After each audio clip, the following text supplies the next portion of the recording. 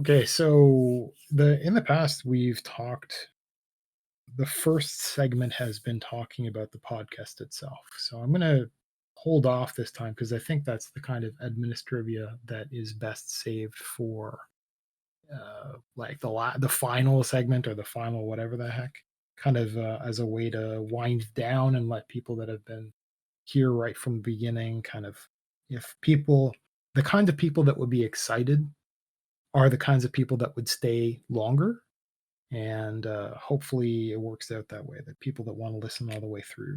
It's kind of like the end credit special scene at the end of movies, or these days at the end of YouTube videos. There's going to be like the buy this product or service little skit that happens at the end, and there might be some little thingy thing at the very end for the kind of hardcore fans, right? So I'll do that last segment. Um, my new phone came in really early. It was actually scheduled. I literally checked this morning. It was scheduled to show up on Friday, but I mean, I guess the Amazon warehouse had it in stock at that place and they were able to ship it out. I've got like the subscriptions concept that exists in Amazon is actually quite good. I use it um I use it kind of because I'm lazy, but it's a good way of because I'm buying. It's the equivalent of buying things in bulk. So I buy things on a schedule more frequently than I consume them, and so what that means is that I will have a set of unconsumed items piling up. So it's kind of like buying in bulk. I'm just taking longer to do that. Of note, I'm doing that. You can do this for like canned goods and stuff like that. That's pretty obvious. But I'm doing it for things like my various vitamins and stuff like that. Because some of them last for a couple of years. And just be aware that some of these things, the best before date isn't a suggestion. Because something like vitamin C, if it goes past its best before date, it's actually an expiry date. The entire purpose that a lot of people take vitamin C for is its antioxidant properties. Now, and that's a little bit of a weird one because oxidation isn't a bad thing necessarily. It's how your immune system functions. So, like, there's no concept of getting rid of it. It's just a thing. But in terms of just the free nonsense that happens in your body, antioxidants are generally a good idea. So people take vitamin C for stuff like that. And so it's also out of the way. Vitamin C does not help you not get a cold or a fever or flu or anything like that, nor does it help you get over it. So neither the one nor the other. It does help with your immune system in general, which will do those things. So it's half wrong. And vitamin C, if it goes past its date, it actually starts doing the opposite. So it starts actually being a problem that introduces the stuff that people wanted to get rid of in the first place. So, but for a lot of stuff, if it's kept in a out of sunlight, absolutely out of sunlight. This is why they're in hard containers, and why if they have transparency, it'll be like the dark green. Um, if it's kept in a cool, dry place, which isn't everywhere, right? Then they'll keep for a couple of years. Just look at the bottle. So something like my vitamin E, I've determined that I must have that. I must have that every day without fail, forever, for the rest of my life. And so I intend to have a solid, probably 2 year supply on hand always, and then just have a subscription, assuming I think Amazon's going to be around, and assuming I can still get it, I can always switch to another product or another product, but you never know. And I'll always have it on hand. And this technically gives me the ability to, once I've bought all this stuff, to cut off my purchasing more of it because I have it already. So theoretically speaking, if you got stuff saved up because you bought in bulk, you then can ride out a small emergency. So, for example, if you've spent upfront more of your grocery budget on long term stuff, you've gotten rid of junk food, for example. and you got rid of junk food and you learned to cook, including learning to bake treats and stuff like that, because you can do some great stuff. You don't have to go out and eat your muffins. You can make your own. And but you've done that sort of thing and you've taken the extra money and you bought um, bulk instead. After X number of months, when you have a pantry that's full, you should have a pantry that's full of 3 months of food. So you cannot starve.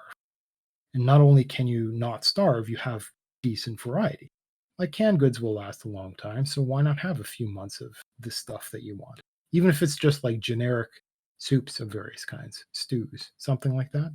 Variety, because people think in terms of like rice and pasta and all this kind of stuff, and that's going to keep. Sure, that's going to keep, but that's not like real food unless you know what you're doing and you can make sauces and you understand spices, which stay good for a long time. But I'm sure there are chefs that will cringe and they talk about fresh ingredients and stuff like that. Yeah, yeah, yeah. Okay, I got bad taste and stuff, and I don't really know how to cook. But no, so my stuff is years old and has been dried out, and but it's better than nothing, right? So theoretically speaking, you could have some of those boring things, like you could have dry chickpeas somewhere, right? And those are just awful, but if you know how to cook them, etc. But imagine that it's been a rough month, right? You have the ability, you have developed the ability, you've invested in your food. You have the ability to not buy groceries 1 month. And that might represent a couple of $100 depending on you, right? Depending on how you do things. So that means that if something happens and that something is important enough, nothing changes about your life because you still have the food that you already bought.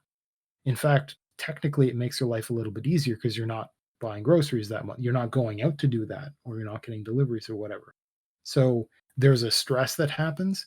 And technically, your stress is down a little bit because you're not doing the groceries related stuff and you now have access to all that money. And that's not something obviously that you can continue for more than a few months, but that's one of the ways that you can have an option in there. And so if you're reaching for excuses to save up, to save money, to have something, or you've got anxiety with respect to emergencies that pop up, maybe your life is just like that, is just full of stuff. Or, you know, like there are a lot of people that grew up probably poorer than they needed to, but at least poor, and that stuck with them. That was a damaging experience as a child, and it stuck with them as an adult, and it gives them certain problems as an adult. And so, I personally, the experience of my having a bunch of food stored up is really wonderful, but I've got binging problems. So, for example, I had all of 4 boxes of these protein bars, and I could sit down and eat them all in one day just because 'cause I'm like that. And I can say that because 'cause I've done that. And so during one of our breaks, I'll probably eat a box of it. It's like 4 bars or something like that. And and I've talked about the store that had a sale on it had a sale on cereal of all things. So I bought basically all of it, and I would that would be breakfast and lunch. And it's the same thing with these granola bars. And I probably put on weight because of that. So I have to manage what I have access to. But when I've got enough and I've got bounty and I've got stuff that I have to cook, so it's inconvenient for me to binge, um, then food anxiety is better. Or then there's a certain angle that I can stand in my kitchen, and there's just food, and that's a very different experience. First, if you've never done that in your life, if you've never had that, um, then you should pursue that. You should experience that soon. Right? Don't put that off. That's not a bucket list thing, but it's a very different experience. So So yeah, I had food come delivered alongside my phone, and I think that's why I got my phone a lot earlier than I was expecting. Certainly than I should have, because that wasn't their plan. So they just they had they had a schedule for if it would ship out based on other stuff, based on if it would ship out alone, but I happen to have already had stuff scheduled and kind of being packaged and on the way. So they kind of threw it in that box, and and I actually get it dropped off at my door because I've got a relationship with my post office and the delivery guys. So they'll like drop it and hopefully they'll knock on the door and hopefully I'll hear it, right? But so it means that that's why I was checking this morning to see if I was expecting any packages so that I don't have to constantly go and look at the door. And so yeah, I'm fiddling around with that, and it's got Android 10, which is new to me, and I spent a significant amount of time trying to figure that out. And one of the, I mean, it's okay. I'm from a different generation, so we used to have documentation for our software. Like it would come with a physical manual, and it was a really significant thing. And then it kind of migrated into the programs themselves having help that you could get at, often baked right into it, sometimes with like little tutorials and stuff like that. Um, and now we've gone to that kind of exists. Maybe it's kind of a desktop thing. There's some assumptions about themes. If you know kind of how to use this one program here, the some of the concepts are available in this other program over there. Like competing programs uh, borrow kind of usability from one another, not necessarily features, but very frequently. And it's inconsistent still because I I honestly don't know. I assume it's the preference of each developer to do things to solve their own problem in their own unique way, and they just want to do things the way they want to do things, or maybe they just don't know any better. So they don't know, for example, um, one person might be really used to the Opera web browser being able to middle click and then kind of scroll around like that. And they go to another web browser and it can only do up and down, or it can't do it at all. Something like this, where different programs can't agree, maybe because they don't use one another's product, or they don't have users that have used the different products and have asked for these things. So they're kind of inconsistent. But I'm playing with Android and there's nothing at all ever anywhere. It's it's the strangest thing because I'm trying to do basic stuff like, okay, well, the big feature about Android 10 is you can swipe differently and you can get rid of the bottom buttons. Like my device just has a big screen. It doesn't have because my previous phone has a physical button at the bottom and it's actually got a bezel that's thicker on the bottom and the top, and it has it thicker on the top because it's got the camera in there, and it's thicker at the bottom because it has the home button there, and presumably it just wants the extra space to put electronics in there. It's got the headphone jack in one place, and so maybe it's got some components in there and it doesn't have the thickness to, maybe they're cost cutting on the screen, and maybe right. But this other phone, it doesn't do that. It just punches a hole in the screen, and it has the front-facing camera there, and then at the bottom, it's just more screen. And the concept of a home button is just part of the touch experience of it. So you swipe up from the bottom to get to the home screen, which is I'm still getting used to that. And then you swipe from the left and from the right. Either of those means back. And I guess that's depending on the size of your hand and where you like flicking from. And switching to a previous application, I'm not entirely sure how to do that faster. Um, but you can kind of the equivalent of, if you're using Windows 10, Windows Tab is kind of like Alt Tab, but it actually expands a display of all the different programs that you have running. It's very, very nice because you can actually physically see. And it's a little bit easier um, for some people to recognize what they were working on rather than Alt Tab and try to remember the name of the program specifically. It sounds weird, but it's easier for me to select things sometimes. So I will sometimes use that because it's just as easy as Alt Tab.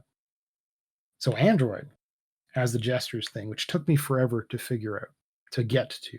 I had to previously I was looking through YouTube videos specifically for tutorials because who knows what other neat things I never experienced because I had actually I bought my previous phone. One of the selling points was it had some reasonably recent version of Android, and it was a selling point of this phone to get the latest version of Android. It turns out that there are like there's Android 10 and then there's Android 10.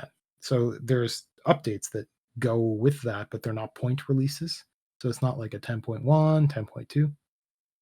And this thing, theoretically speaking, it hasn't been updated since I think it's March, maybe February.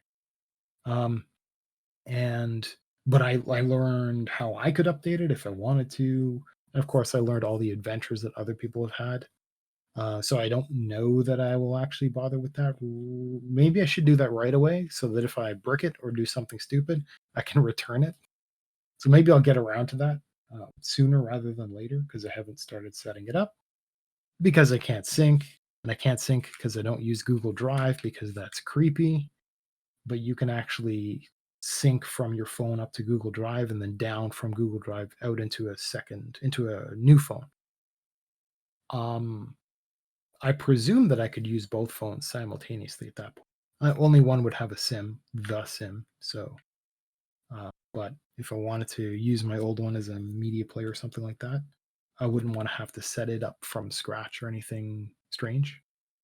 Um, but I think I'm just going to do everything by hand and not let Google have my stuff, know my stuff. Because I side loaded a lot of stuff and I'm using a lot of open source stuff that's done through it's like the App Store, but it's an open source free software version called F-Droid. And there's even other replacements for that interface itself that just uses the same repository concept that this third-party service maintains. So they act kind of like acts for the Google App Store, but they do it for curated set of applications that are more sensitive to privacy, stuff like that. So they're projects that are open source, projects that are specifically low, what would we say, like low permissions. So you don't have a sound recorder app that has access to your contacts, even though there might be an excuse that one developer might have, which is, well, you can easily blah blah blah. And there's reasons, but some of it is just creepy. And so this other app store is there, but I I don't necessarily want Google to know about me doing that kind of thing necessarily. So I don't want to sync up to that all these other applications since the entire point of these applications is to have privacy and security and stuff like that. And letting Google get at that stuff is defeats the purpose.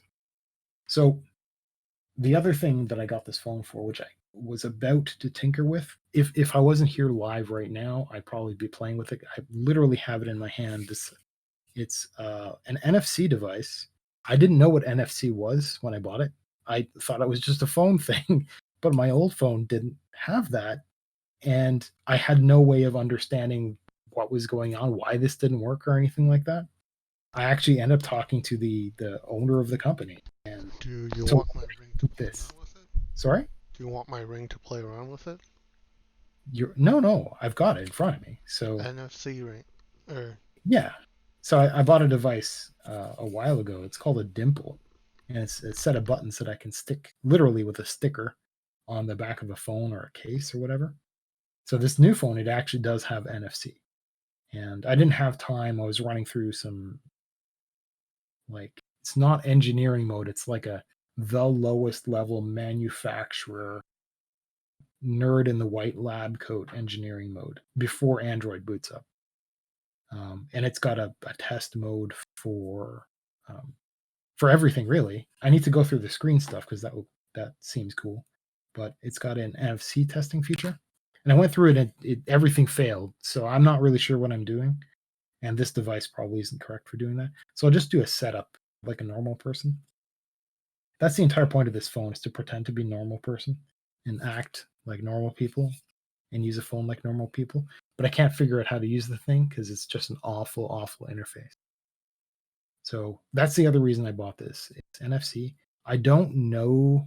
It explicitly supports Google Pay via NFC, which is, I'm assuming, the thing that you give your banking information to and it lets you wave your phone instead of a credit card, which I don't see the point.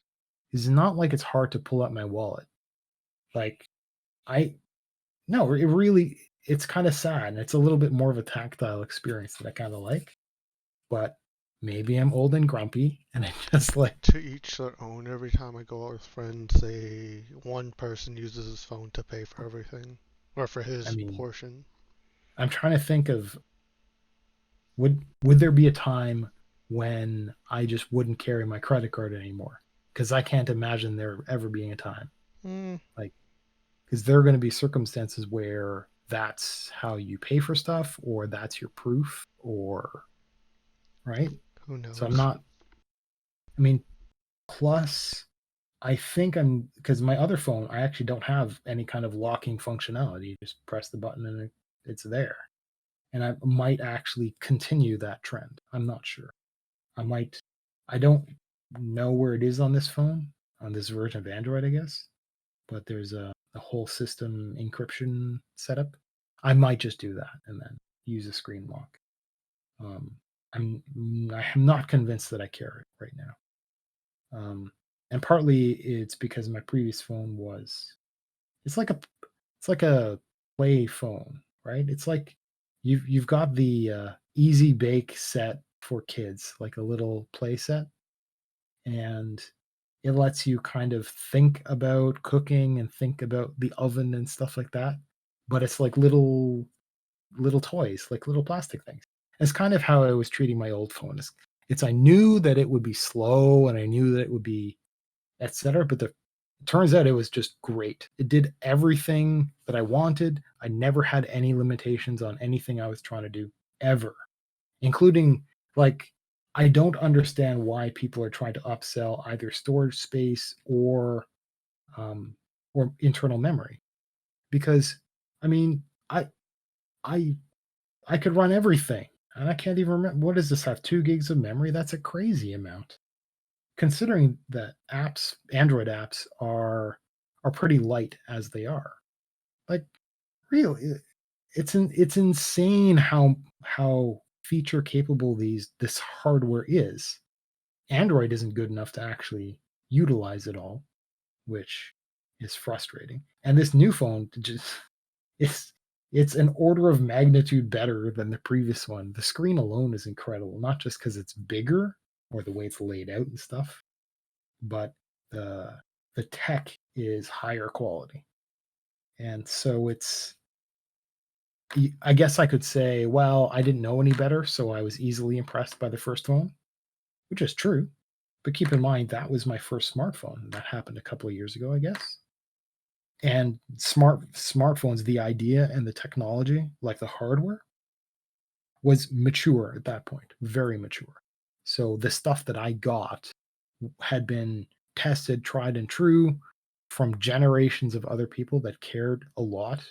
And so what I got really was a refined version uh, of the.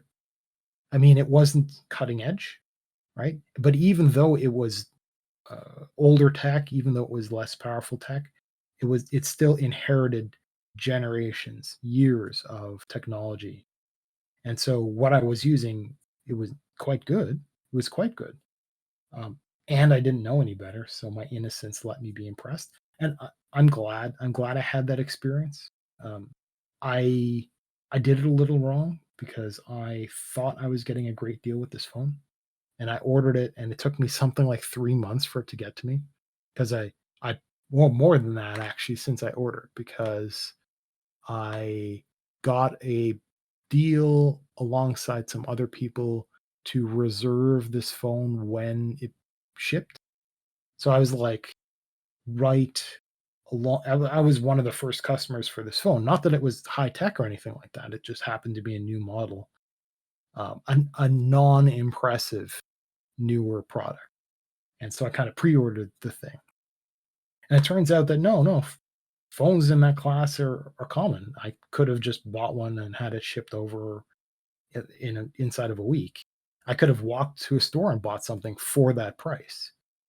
Um, so I mean, a learning lesson for all kinds of stuff.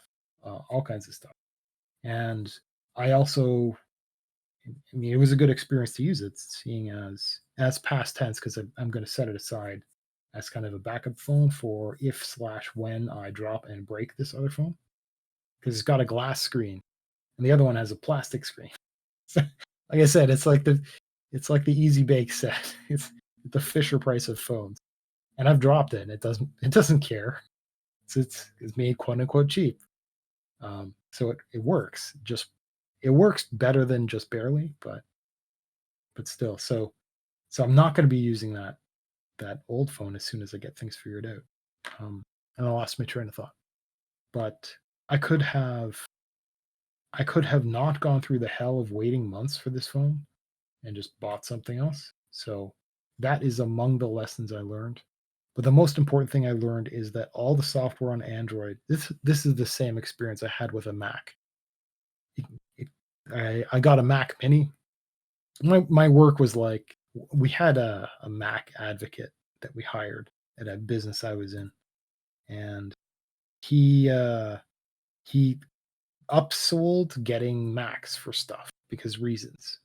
And they're not good reasons because Macs just aren't actually very good and they're overpriced. But the money bags, the guy carrying the purse didn't know any better, so he said yes. So we got like a bunch of Macs, and I had just one plunked. I was like, I've never used a Mac. I don't really care. I've heard bad things, et cetera, et cetera. But the Mac Mini was new, and so I had one plunked down on my desk. I'm like, oh, I guess I'll fiddle with this in my spare time. And I did, and it's nice. It was a nice piece of hardware. Everything looked great. I had to replace every piece of software that came with it because it was all trash. I mean, it was all barely good enough. And this was a problem that Microsoft learned the hard way. Well, not that they learned, where technically speaking, if your operating system or your hardware or whatever the heck um, is so good that it pushes out like third party developers, technically speaking, those other people are competitors to that component. And so it's a thing where if I'm sure that if Apple were to provide the best version of whatever the heck, then there might be problems. So I was using it and everything, just like the way you browse with files is kind of awkward and your image viewer is kind of awkward and your editor for texts is kind of awkward and it's like MS Paint, so Microsoft Paint. If you were to open it now, the thing that you would get is a crippled version of what used to be available in a previous generation of Windows. Not that MS Paint is any good, because it's a long running joke for a reason. But a previous version of MS Paint let you work with transparent images, and you can't anymore. Why? Well, the feature was just removed. Why? There's no compatibility reason or anything like that. It was just removed on purpose. Now, I know it's on purpose because I went back to a previous generation of Windows and just copied that one single file because that's all the program is, and I can just run it and it just works. So I know they could have just copy pasted that file and included it with Windows 10 and it would have worked, but they chose not to. They chose not to because of competition reasons. That's the only thing I can think of. So just like the Mac thing, I'm looking at Android and everything sucks. Everything is just awkward and so, just somebody thought something cute was a good idea or somebody they didn't eat their own dog food. They never tried their own stuff. And it's just kind of bad. So I've got to replace the keyboard. I have to get a real file manager. I've got to get a real music player. Got to well, okay. I happen to not like Chrome, so I use Brave instead. Not that it's very good either. But I make money off of using that web browser, so I may as well.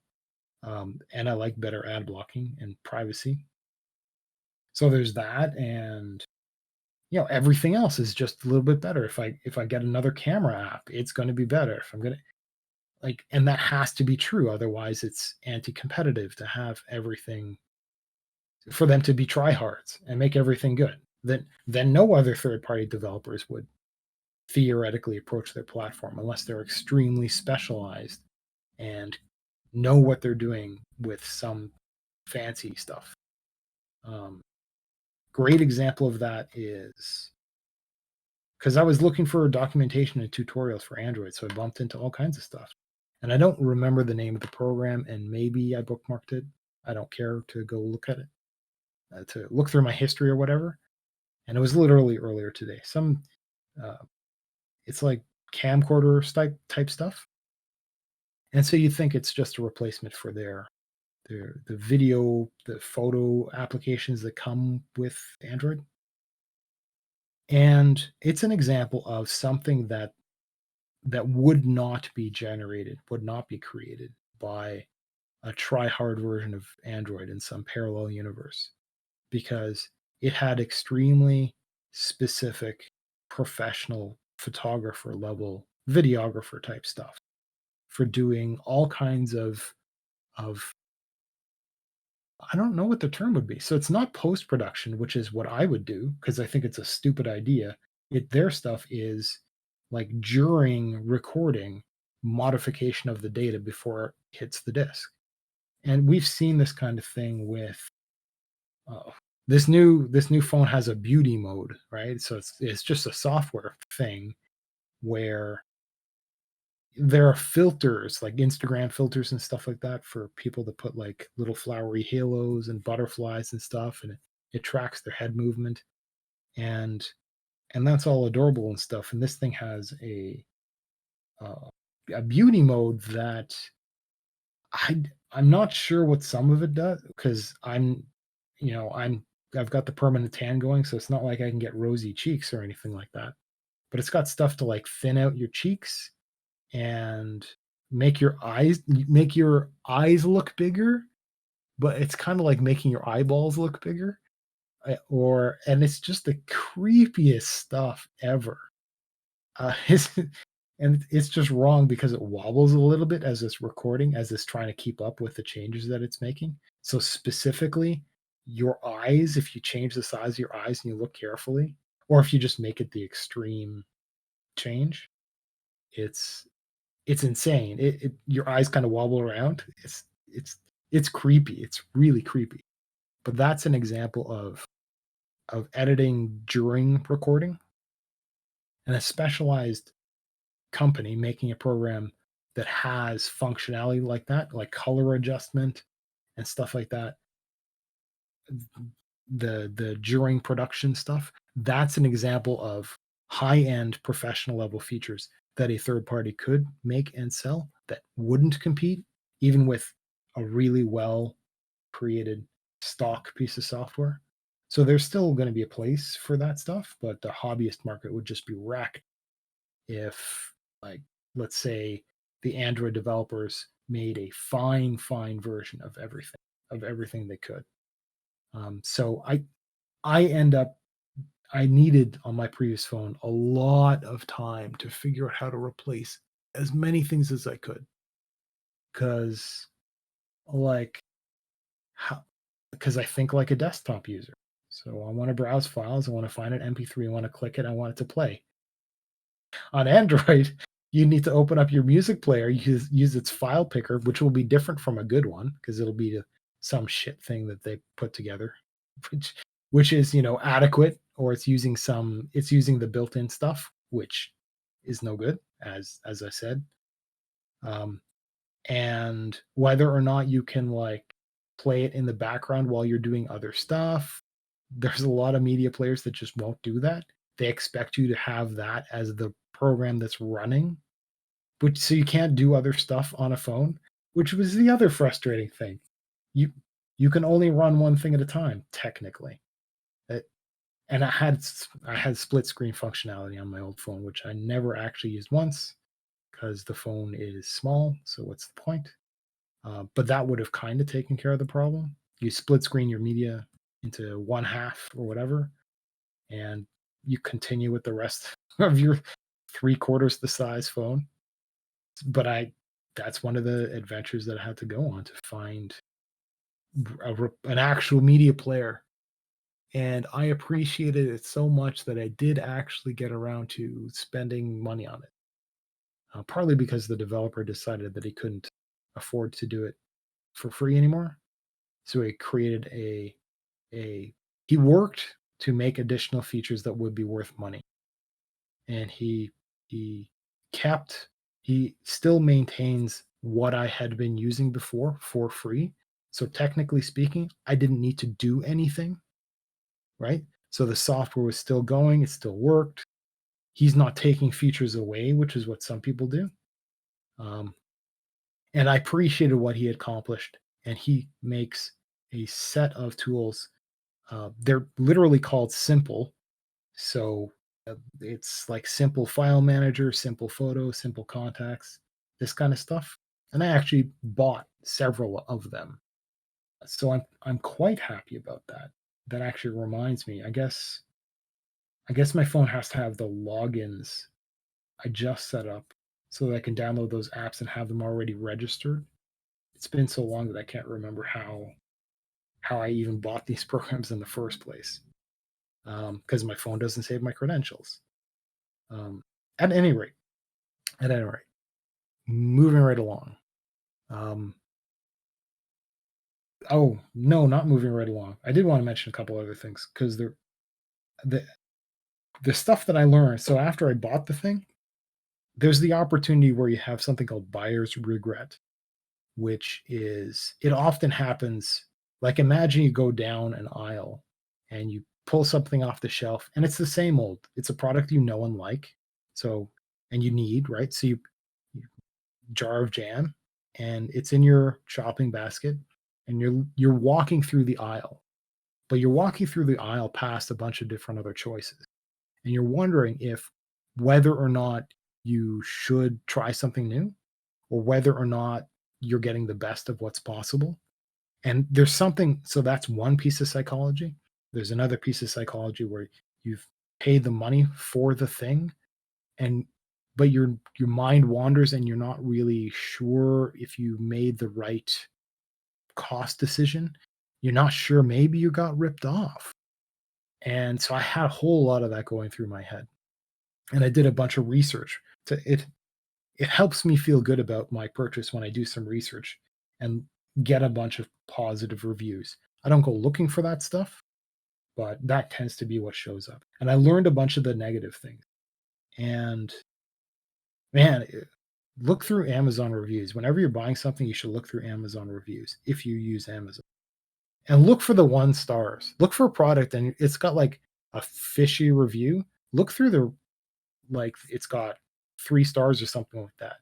And go and look at the because a lot of people might say, "Well, no," and would go to the next product. But don't do that. Go if it's got like a couple of hundred reviews, let's say, which is respectable. Go and look at the quote unquote top rated low reviews, the critical reviews. And some of them are hilarious and they just reveal how dumb the shopper was. So it's like I dropped my phone and the screen cracked. 1 star. Like, what? Okay. No. And so if the 1 stars are all kind of like that, it's user error. It's stuff that you wouldn't do.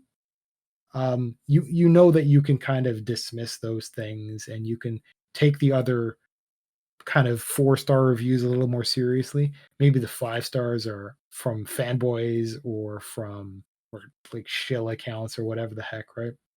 So maybe you're too paranoid about those, but you look at the 4 stars.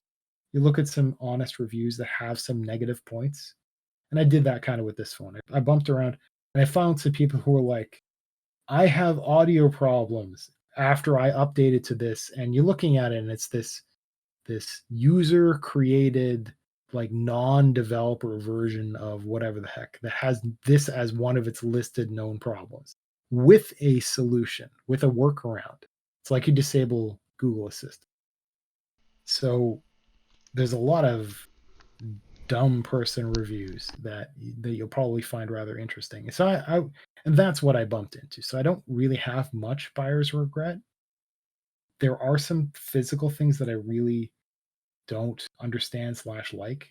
Like there's a raised screen with curved edges on the glass, which at first glance that's dumb because you want a bezel on your phone. If you have a bezel-less phone, you're an idiot. First off, because depends on how you hold your phone. So if this is an upgraded phone for you and you already know what you want, okay, I can respect that. But for somebody who's fairly new or whatever, based on your size of hand, the bezel-less design might actually mean your fingers would constantly bump up the edges of the screen, and that might mean something depending on the program you're using or whatever the heck. Android 10 seems to be good about that. So this phone has that. So it's a little annoying, and that actually makes the phone more vulnerable to self-destruction if it ever bumps into the wrong thing. And I see before my earlier mentioning of glass versus plastic, the material matters. And this is why people have cases, and that's just adding more bulk. So why? I mean, why even have no bezel? Why have curved glass? It's essentially raised but has a curved edge. And the other problem with having a curved glass surface for your screen is if you wanted to put a screen protector down on that, your screen protector can't curve to it. The physics of that does not exist. So if you had one flat sheet, this is the wrapping paper problem. If you've ever looked at the corners of wrapping paper, you've got to fold it just so it kind of wraps in on itself. So you get a lot of triangles at the edges. And that works for a rectangular square box. But if it was curved, you kind of infinitely have to make those triangles. And you end up with just this weird ragged surface. And the phone would be like that. You can imagine that you could lay a large film of plastic over top of it, and it would lay flat and it would be fine. And you could wrap the side wings around the side, and it would make the sides perfect. And you could wrap the top and bottom wings over the top and bottom. But what you going to do about the corners? You got the wrapping paper problem where, okay, well, I guess you can pinch them off and then kind of fold them and pick your preference for one side, but you're going to have like a little pointy bit or it's going to be a little bit weird. And you can't get a product that comes curved, which is the problem with screen protectors. They don't come pre-curved for your specific model of phone, even though you could probably sell a $40 one to somebody that has an iPhone, because iPhone users are like that. They want to be ripped off. It makes them feel better. And if you wanted to get like a glass screen protector, which is actually one that I'm going to have coming in next week, it cannot be the size of your screen. It cannot respect the curve unless it's made like that. Good luck finding that out of glass as a glass screen protector. Plastic maybe, glass not a chance. And I can imagine people like if you were to get shaded sunlight blocking a screen for your window, you can scrape it on. I can imagine something like that kind of, or like using a blow dryer or something for a wrap on a screen. Not for glass, not going to happen. The problem you have is that protector can't be the size of your screen. And so that means you've got this weird rounded edge surface, which is already strange. And then you've got a gap before it gets straight and maybe a little bit more, just a little bit. And then you've got the raised and then the surface of the glass in my case or the plastic film. This phone actually came with a quote unquote pre-installed screen protector, which I'm going to have to make the decision as to whether or not I should pull that off. They And come with all phones. It's just a factory protection thing. well, this is the proper screen protector. It's not like the little like mine has a list of features on it that I pulled off, right? It's got a little tab where you can do that. This has nothing. It's literally installed. So I'm not really sure how to pull it off. So that might just stop me dead until I figure that out. But the glass thing, it has to have the proper cutout for the camera because This has the hole for the front-facing camera, and it's going to sit in such a way that I'm going to have edges that that are just not the same as the rest of the screen. And it turns out, I think that might be a good thing. And maybe that's the mental gymnastics I have to play to justify that I spent the money and so that I don't feel bad about wasting money.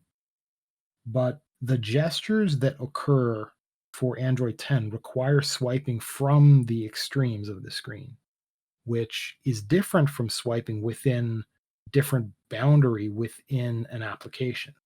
So it's a way of you communicating with the operating system versus the application. So it's like the Alt key in your keyboard is meant to have modifiers for the program you're looking at, but the Windows key is meant for interacting with Windows itself. So you should be able to press Windows D to get to your desktop or Windows R to open up a run dialog. But Alt, whatever the heck, might pull up a menu or it might do whatever the heck. Like in a web browser, look at Wikipedia, any page, and press Alt Shift F. And it'll hop your cursor to the search bar. And those are called access keys for the disabled. And they're really useful. And they're really useful for people like me that need to go places fast. So there's an advantage with MediaWiki. It's the software engine that website runs. So there's on a phone, that lip caused between the difference in the curvature plus a screen protector means that my thumb has to know if I'm swiping with whatever, my digit has to know the difference between the curve and that edge and inside the screen. And this is actually a physical difference between these zones that so far seems to be helping me get used to the idea of the Alt key versus the Windows key, right? So I can swipe from that side of the edge of the screen protector, and I know because I can physically feel it. Swiping from there in becomes really obvious. It becomes much more tactile. Right now, I just have the sense of touch for this tiny little plastic layer, but once it's a glass layer, it's going to be however many times thicker, right? So I think that's something that I'm gonna like. I think right now I'm gonna fiddle with it for my NFC and for I've got a Bluetooth thing that I can talk about when we get back. So we're going to take a break. We're going to be back in about 10 minutes. I'll see you soon. I'm mostly back. Took me that long to get a snack, and I'm trying to figure out NFC on this phone. It's kind of annoying. And it's the strangest thing. So this is the Dimple, and the Dimple is a setup of NFC buttons. It's really cute and all, but here's the thing. I couldn't figure out how the heck to get it working because their website doesn't have instructions. There's a URL given on the box. And if I had lost that, I would never know, would never have any idea. And so their website had like frequently asked questions, but no instructions. The URL given on the package for instructions doesn't work. Like, it's not hard, guys. Just get it right. And so, okay, I've got it working now. And now what? NFC. I'm looking at settings. It's supposedly turned on. Try out the location. What does try out the location mean? Long hold a button. Oh shit. Magic. Okay. It sees it. Okay, never mind then. I'm not used to magic. Everything that I've used has been hard so far on an Android. Okay, so it's asking for a tutorial. Let's set that aside. And since I can't show you stuff that I'm working on, I'm not going to bother. I actually have the ability. Android 10 has the ability to record the screen that you're looking at without a third-party application. So that's My wonderful. tablet, which is like a few generations younger, Sorry? my tablet, a few generations older, can do it as well. Well, like built in? Yeah. Oh, cool. It's maybe I'm just out of date, Mm-hmm. but people are people are saying that that's new to Android 10. So that's weird. But they're also saying that this kind of thing, like a whole bunch of stuff, has already been available in like developers have the ability to, well, actually, they're required to package their own operating system that's been geared towards the phone. And this is necessary because they have their unique combination of hardware, which is very odd to me because that's that's a software issue that's basically like drivers, and it should just be Android has the drivers for their stuff. And they just shouldn't use the obscure hardware until they make the drivers and then give them to Google and it gets packaged into Android. I don't understand why Android hasn't had the idea of an Android operating system for real. It took them 10 versions, 10 major release versions. That is finally being thought about in Android 11. So so what's happening is I suspect the manufacturers are being a little bit lax on security updates and other stuff, and they're waiting for to provide a pathway to 11, and they'll just have their phone. They'll provide one last kit for flashing their phones over to Android 11, and then the 11 experience will act like a desktop in that it will let a person update from Google um, at their leisure. Like security and updates and stuff will be pushed just like the Play Store. What's interesting is I've already seen some functionality like that on 10.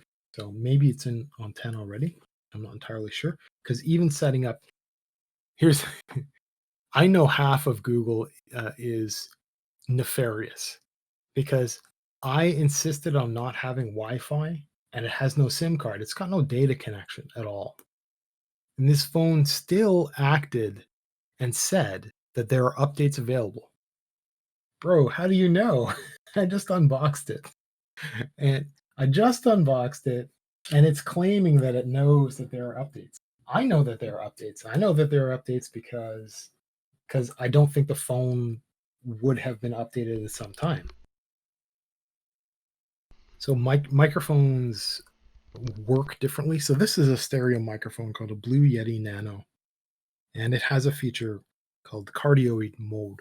Cardioid is like a heart shape where um, it tries to perceive one direction more preferably than others. So it's not like active noise reduction, which has extra microphones that listen and then try to modify the sound stream and filter out some stuff selectively. This isn't quite like that. Um, and so one of the problems with having a microphone setup where if I'm in my case I was turning my head to a phone, if I'm not talking in a consistent manner, the audio that you the listener would get will change quite drastically. So if I'm not talking into a mic, or in my case I'm actually not talking into the mic, I'm talking into my monitor and my mic is on an angle to one side to make sure my plosives are gone, which they're still there sometimes. And I think modifying my speech will help, but moving the microphone has absolutely helped a lot. And yes, I have a pop filter. And yes, I could put on a second pop filter if I thought that would help, but it doesn't. And that technology is kind of dubious. At any rate, at any rate. So yeah. What else do I have to talk about? Um oh, speaking of buying stuff on Amazon, I ordered a nozzle for a garden hose. And it's weird losing a word. I I couldn't figure out what the word was for the thing on the end of a hose. So so I had to like poke around and explore until I got the right recommendations that reminded me of the word. I hope I don't go mad when I get older, but I went and I bought and it was on sale. So I'm like, okay, well, it was on sale. It was $20, $10 off. And this is Canadian, so it's really inexpensive. And it broke on the second use. So so I think I'm gonna work on returning that because it's not too much of a big deal. But that reminded me of a basic it's a general life lesson.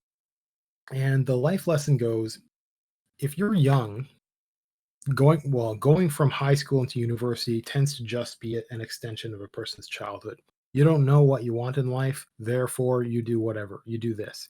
It ends up sinking a person into debt. You become a slave for 20 years. You're paying interest on something when you shouldn't even be doing that. All because, your dad didn't teach you right. And so your s- your the start of your adult life is wrecked, is crippled. And so that's the reason. Okay, that's the reason people go into school. But withdrawing from the extension of childhood argument into spending money for getting smarter. Now, knowledge isn't being smart. There's a lot of people that know stuff that are idiots, and especially coming out of university, if you don't get the right courses, then it doesn't mean you're going to be a functional adult, because that doesn't just come with age. And it doesn't mean you're going to get a job, because that doesn't come with the wrong education. You get the if you get any job, it's like I have made fun of people that have like general arts degrees. That's what they're going for. And I'll ask them like, what job do you want to get? What does that do? And they're like, shrug. I don't know. I'll figure out what I want in by next year. And it's 2 years in, and they still haven't figured it out. And they're spending money like a clock is ticking. It, they would save money by being unemployed, by not going to school and just sitting. They save money by not being in debt. At any rate, there's the concept of spending money to get smart. There's two ways of doing that. You can spend money, you can go and get educated. If you're the type, let's just say you're the type, that is a fine path to take. And people understand. Take money, spend money, gain, whatever. There's another way of doing that called hard knocks, where you take your money, you still spend your money, you have a life experience, and then you learn. And that's the thing. There are going to be cases in life where, like me buying this nozzle on sale, I got to learn that a thing is on sale often because it's bad. I didn't see reviews, but I saw a discount. Got a life lesson. I need to actually commit that to memory. I need to make that a life lesson that is worth the money I spent. Now that was only $10. I could choose to eat that money as a way of reinforcing having learned that lesson. I could do that. I could also take the effort to return it and make sure that effort means something, make sure it's hard enough, make sure that this thing sticks. And that is $10 for me to learn a life lesson about the value of products, or about checking reviews, or about quality, or about being steadfast in a kind of a personality where I can stand my ground, I can demand a refund, where all of these things end up being possible. But it's not like learning better algebra. It's something else. It's something else that still matters and modifies you as an adult. And it only costs $10.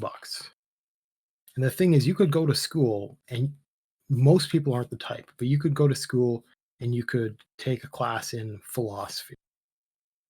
I would recommend you do, and you take seriously, and you actually learn for realsies statistics, because then you learn about liars when you learn about statistics, because that is a much better, much deeper skill set than anything than most people will ever realize. If your politicians don't understand statistics, they should not be in that job, because that's the one way that they are lied to, and they will repeat that lie to you, and everyday people will fall for it, and they will make everyone will make your life hard, because they are basing their stuff on numbers that sound good and might be true, and are massaged in such a way because they're interpreted, and nobody knows that because they don't understand how statistics work, and they don't understand the social problems surrounding it. So if you want to spend money and get something that was valuable to you as a as a human acting in the world to become something like wiser, then spend it on learning statistics. But if you don't, not the school type, I mean, you can learn statistics online but you'd have to poke around because there's more to understanding statistics than understanding numbers because it's heavily social. So that's one route. And the other route is acting in the world and spending money, not necessarily spending it carelessly. And then when bad things happen that costed that money, keep it. Make that matter. Make that worth something. So it's like I burn a recipe, I'll eat it. I'll learn. I'll literally eat it and learn from that mistake. If it's not completely wrecked, if I did something wrong, I will suffer for it. I don't like wasting food, and I will learn so that next time it's never going to happen again, probably. And it's the same thing with buying something and getting scammed, and it just goes on like that because that's a life lesson that's going to be valuable to you because the circumstances are going to arise again at some point in the future, whether or not you want it to, and sometimes when you want it to. So, for example, you will line yourself up in such a way as to be ripped off if you go and buy a used car. This is a classic example. And you might even know that this is a dangerous, if this is a dangerous situation to be in, where money is on the line. If you have learned certain general ideas behind how sales work, you've wasted the $10 on some earlier experience, but you took it seriously. You can go in for some multiple $1,000 thing and understand certain general things and save money. So the idea of going to university or college or getting an apprenticeship doing something, the idea is you take money, you burn it, you will be able to make that money back and more because of what you did. Now, this is a beautiful dream that's probably not true because a lot of people you need to get the university even to get a job in the first place. So it's not like you're really improving your life as such. That's just what you have to do, which sucks and it shouldn't be the case. But just like doing that to get smarter to the return on investment makes up for that cost, then losing that $10, that might save me thousands later because I've got a sharper mind for that kind of situation. You know, you buy bread because it's on sale, it's already moldy by the time you open it. Learn that lesson. It only cost you a buck or two, whatever, but that was a couple of bucks well worth it. It wasn't, "Oh, boo-hoo, I got ripped off." It's, you know, it sucks, but it only cost me $2 to learn this lesson. And it's better to pay that couple of bucks on something dumb like that and learn that lesson for the future. It's better to do that than wait and get burnt again and again until you finally realize. Because the next thing comes along, it's this other thing is on sale. Oh, I remember that. I remember the moldy bread. Okay, well, what can I do?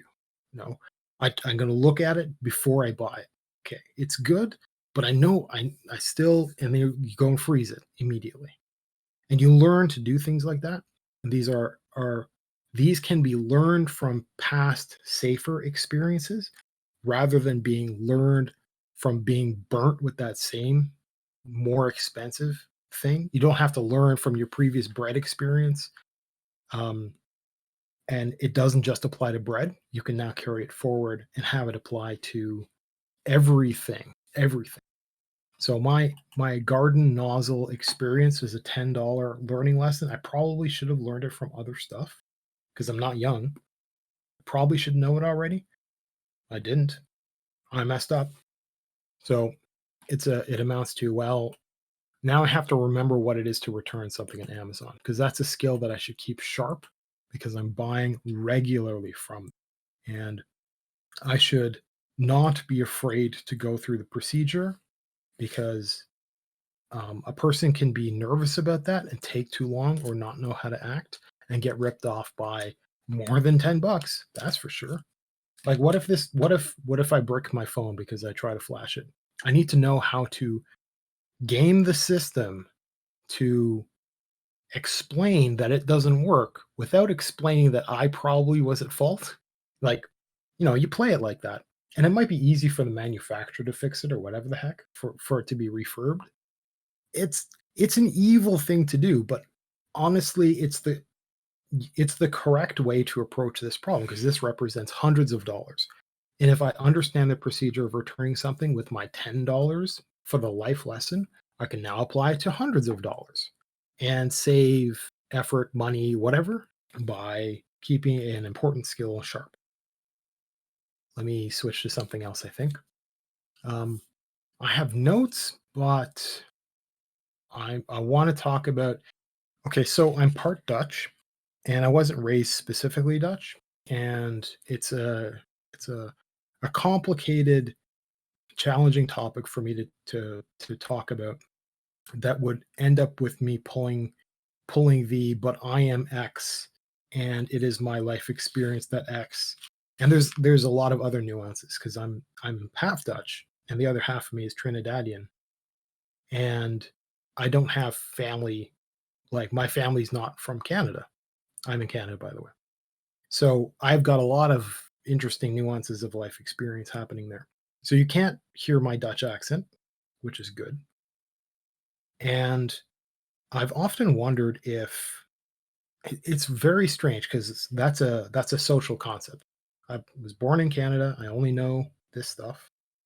And so it would be normal to think of me having certain characteristics as being taught to me, right? Or rubbing off from family, right? That's okay to think. But the thing is, I wasn't raised Dutch. I wasn't raised with any of that stuff in mind. That was a very aggressive decision that was made. So when I look and see and I learn about, because I'm looking into the culture and stuff like that, and I'm learning about certain habits, certain cultural things that they have really strongly that I have really strongly.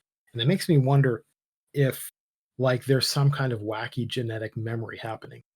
And I know it's dumb and it's science fantasy, but it's very, very strange. And so one of the things that really bothers me is an unannounced guest. And you will absolutely piss off somebody who's Dutch if you just show up. Like, if you're standing outside their house, text them, like, literally be outside their house and text them, "Hey, I'm in the neighborhood. Do you want to go do something? Can I drop by?" And don't go knock on their door. So if in the Netherlands, you will really bother someone if you just go knock on their door. So you text them outside or whatever the heck, and that gives them the opportunity to say no, like, no, I'm not available, and they shouldn't need to give an excuse. And a lot of these things are strange for, there are different cultures in different places. Often they're bound to region, so a province or a state or a country. This happens to be a Dutch thing. It would be really, really strange for people in other cultures. I think it's a Caribbean country somewhere where it's actually rude for you to not invite yourself over for dinner. When they know that there are people around, they automatically start making more for dinner specifically. And I suppose it must be some sort of exciting, polite thing to have someone, like, just come, and it gives them the opportunity of being a warm, welcome host. And so I can kind of understand that. But the Dutch thing, no, you don't do that. You don't do that. If you owe the person money, you still don't do that. Um, and this goes with this other thing, which is the Dutch will carry around planners and pen and paper planners. And I suppose a lot of stuff is being moved to phones, but they'll be in a group of friends and they'll be like, "Hey guys, you want to go out and see a movie next weekend?" And they'll all pull out their planners and be like, "Flip, flip, flip. I can't do this thing." And they'll all be like, "I don't know." And they'll have to negotiate then and there when, and so the movie night might be pushed off for 3 weeks because of scheduling conflicts that they'll hammer out right then and there. So if you actually text somebody outside their door, they're still like literally pausing and going and checking their schedule to see like what's been going on, and then they're checking their mood and maybe they got stuff to do and they might say no. They might say no, and it's important for you to make sure that they don't know you're outside their door. It sounds weird. So these things are in me somewhere so deep that I am deeply annoyed when somebody shows up. When somebody just knocks on my door and I'm not expecting it, like see my previous conversation last segment about packages. I will check to make sure I know exactly what day. And I've got like UPS will text me and I'll know when something arrives at my door. I'll have people knock on the door to let me know. I'll peek out every once in a while.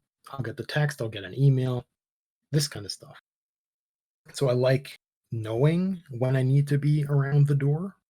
I don't want to be surprised by that. And I just, yeah, I thought it was really weird. Um, I want to build on my previous previous stuff. So segment 2 can be all about self-improvement kind of stuff. So there's a piece of psychology with regards to doing the things that you're too lazy to do. So there's all kinds of times when you have your primary task and it's a thing that you want to do but you get burnt out. It's like the when I talk about studying, right? You start at 100%, but you get tired. You get tired because eventually you're going to pass out because eventually you run out of steam over the course of the day. That's normal. But if you're doing something directed, like studying, you're going to burn out faster. Your studying effectiveness is going to decline very quick compared to general wakefulness throughout the day. So you take breaks. Now, when you take breaks, and this kind of thing happens with whatever you happen to be doing, you only have so much steam for anything. And that some people, I guess, are the motivated sort that maybe, right? We're not all like that. I'm certainly not all like that. I will have times when I'm highly interested in one thing and I'll forget to eat or this kind of stuff. And uh, night owls have a great ability to push themselves to stay up later, which is a really bad thing. And it's probably because they can stay highly interested in something.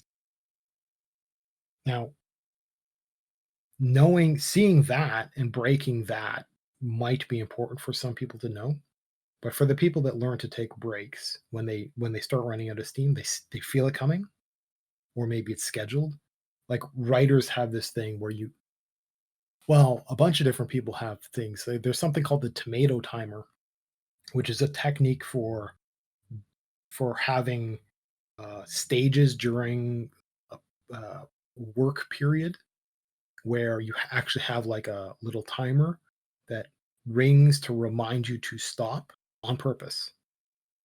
I don't quite like that idea, but because that's a tyrannical way to live, but it might be important for some people to begin with that. And then once they learn to feel how their attention is, if they're getting a little tired, learn to take breaks.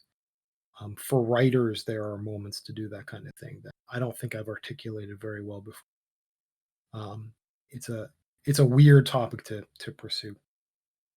But what's interesting is in those breaks, and there ends up being a lot of them. It's not like a snack break and then a lunch break and then a snack break and a dinner break. It's not like that because these might happen a lot, like a lot, and they might only be 5 minutes. Is the other thing you can actually load a second task. So I've talked about if you've got one task, you can switch to a slightly related task or maybe a very related task, and your mind gets to be quiet with the primary and other parts of your attention get woken up for this other one. And they're ever so gently related. so that when you are working on this other thing, your brain is kind of relaxing, but it's still kind of partly engaged because of this new thing you're doing. And if it's related a little bit, it will actually feed that primary, like the primary part of your mind that is still kind of it's relaxing from primary task.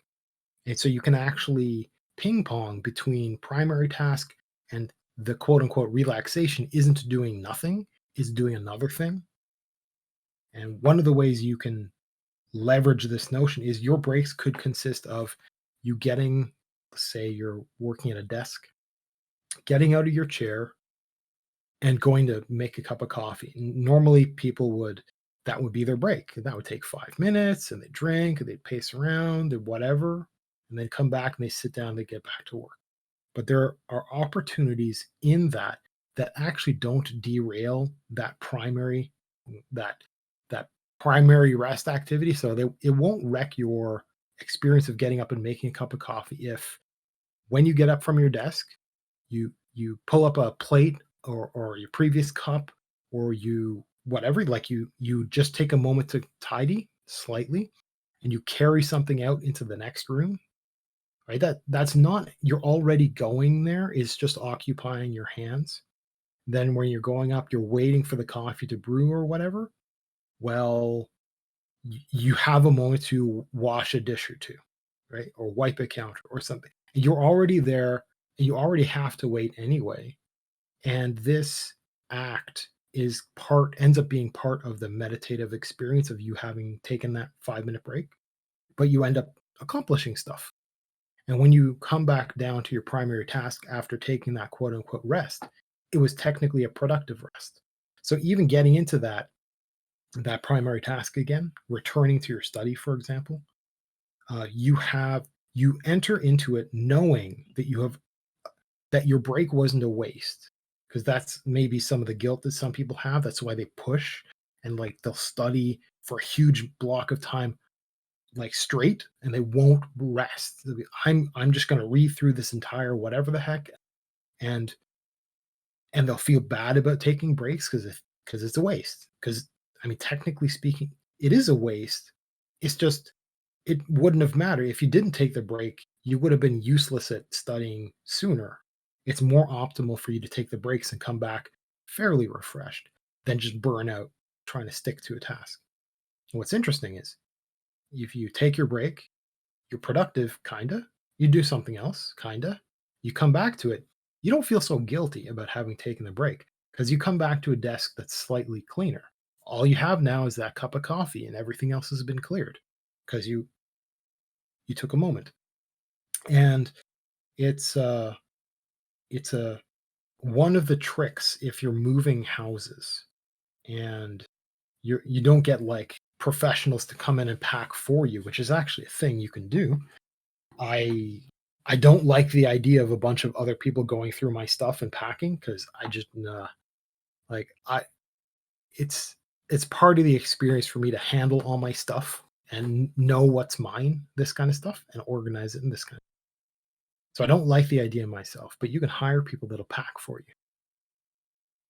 But if you're like me and you don't do that, you end up with like a bunch of boxes and you're kind of living out of a couple of essential boxes and maybe you're unpacking as you go, kind of, and it might take you forever to actually unpack. So you'll get like a you'll have boxes in your hallways and stuff like that that you just haven't gotten around to because it's got stuff that's it's a bunch of books that you've already read, so you haven't gotten around to unpacking them and putting on your library shelves, right? Or it's the shelves that haven't actually been put up, that haven't been built yet. So a lot of stuff is kind of like waiting for you to care because maybe you needed to get back to work right away and you didn't have the time to like do something non-essential like build a shelf. Reasons, right? And this 5 minute idea, and the idea applies to moving as well. When you're unpacking or you're packing even, whenever you're migrating from one room to the next, doesn't matter what the reason is. Never have your hands empty. So you're going to go and use the bathroom and you pick something up from room A and you walk and you just drop it off in room B so that the stuff ends up being deposited near the place that it belongs. It would be great if you put it away exactly where it belongs. Like, so it's not enough for you to pick up a box of kitchen stuff, quote unquote, and bring it into your kitchen and just drop it off on the counter. That's a good start. And maybe that's all a person can do. It would be better to do that and then unpack it, right? That would be perfect. But you do a little bit. Maybe trip one in the kitchen, you just drop it off, go use the bathroom. Maybe you come back, you open it, and maybe you take out one thing. And now you have an open handy box right in the room that it belongs in. And every time you're in there, you're waiting for your bacon to fry before you flip it over. And in that time, you're not standing there, you're unpacking a thing, you're putting a thing away. And so there are these moments when, like, there's a trick to being fairly productive in that you can constantly be doing these activities. And they're in moments where a lot of other people would zone out. And that can be very important for having a refreshed mind, right? You take your breaks and you take your breaks seriously and you're essentially meditating. But the problem is for a lot of people, that's basically sleepwalking. They're doing nothing and they're doing nothing, and the nothing is all that ever gets done. And you might have a primary task that's kind of around, kind of gets done, and it might be valuable for this idea, so that returning to any task, or if you get nothing of your main task done during the day, like you're just burnt out, not in the mood. At least you did a lot of these other little things, and they really, really add up. So, for example, I need to go out at like 4 in the morning and do gardening. And if I did a little bit every day, it, and it might take a week, it might take two, it might take until the fall, but little by little, it, the thing where people will say, well, if you only started and you only did a little bit every day, imagine how many hours worth of practice you'd have in. You'd already know how to play the piano, et cetera, et cetera. Well, it's kind of true. It's never that easy, but it's kind of true. And it's if you move and you have your hands full every time you change rooms, sooner or later you will be well unpacked without having to make that your primary task, without having to distract from your primary. Like, maybe you're working from home and the only place that's clean is this cone radiating out from your webcam, right? So you're in office meetings and stuff like that, and you don't have you're not wearing pants, right? You might be living like that if you just moved to a new apartment, something like this, and the rest of your house could stay a wreck for a long time. But if you do this migration handsful thing, that will not last for very long. It's surprising how easy it is to do that, because it's not like it's hard for any particular instance of you carrying things. Whereas if you force yourself to make an afternoon of it, that might be oppressive. That might be very challenging. Um, okay, so onto something else. I'm almost at the point when I want to talk about administrivia for podcast. Um, hmm, why do I have a note saying I should talk about BitTorrent? I'm not sure there is anything to talk about really. Um, well, 10 minutes. 10 minutes on BitTorrent. Okay, so BitTorrent is going to get a lot of people in trouble if you're downloading illegal things. Duh. Uh, and part of that is because there are third-party services that are hired by, let's say you're pirating a movie. There are third-party services that specifically participate in the swarm of a torrent. And so one of the people that you're getting files from, or that you're reporting to and requesting files from, is a bad guy that's telling on you. So you got tattletales in there.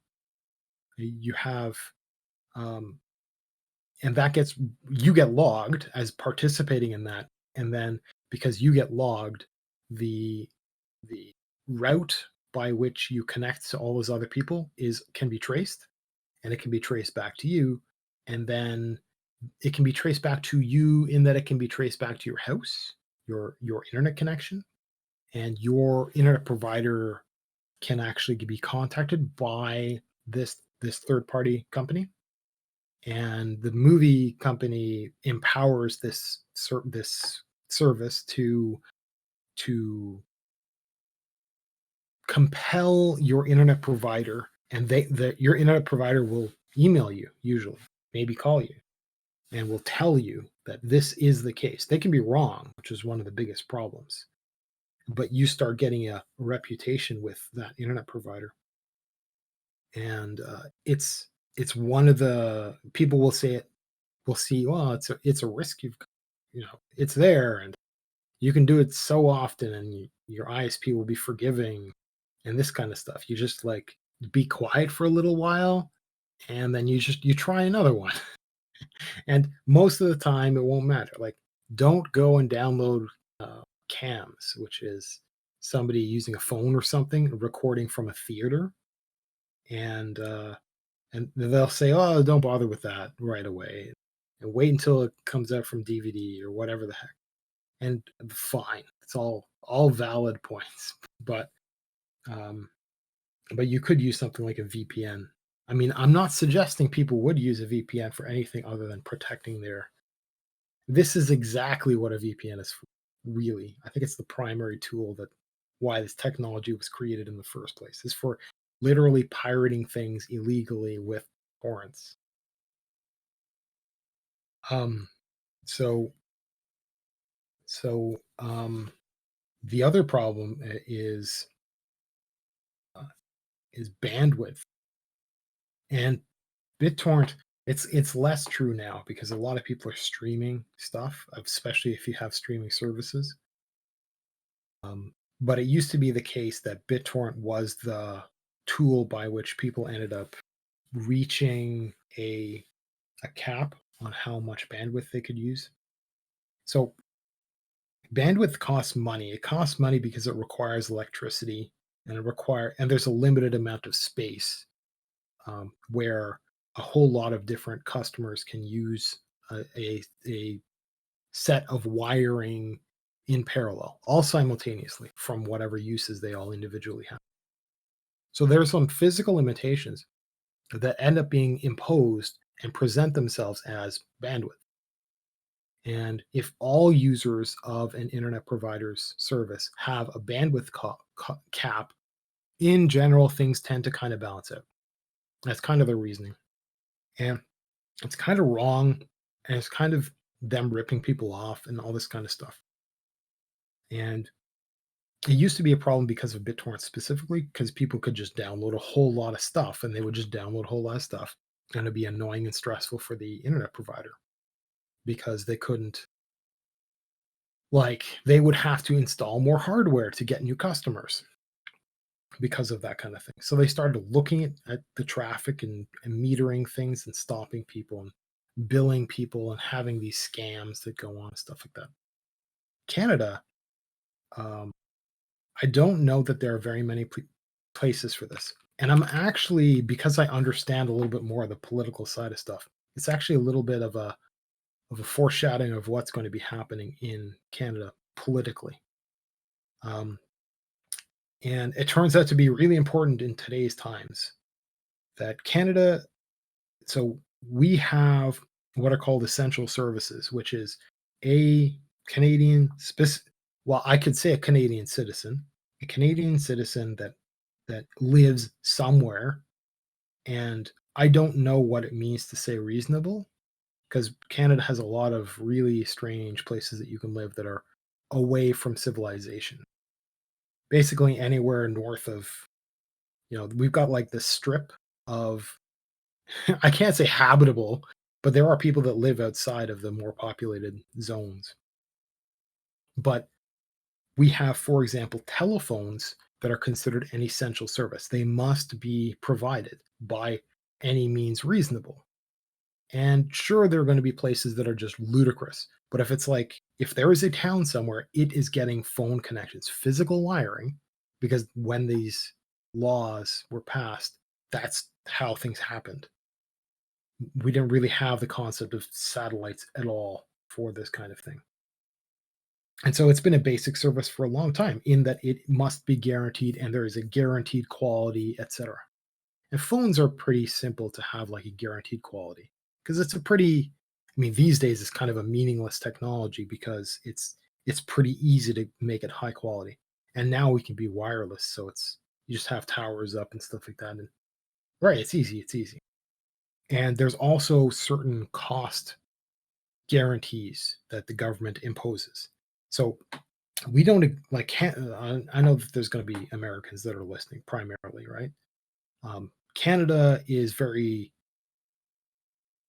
I can't quite say socialist because that means something else, but we have government control over certain aspects of certain things. And there used to be quite a totalitarian control of it was an unfree market for telephones specifically during the the expansion of the telephone service in Canada. It was controlled by Bell, and that got broken up, and that company got shattered, and it really, really mattered. It changed prices, and it really helped. It really helped, and that is a fine example of why you should break monopolies.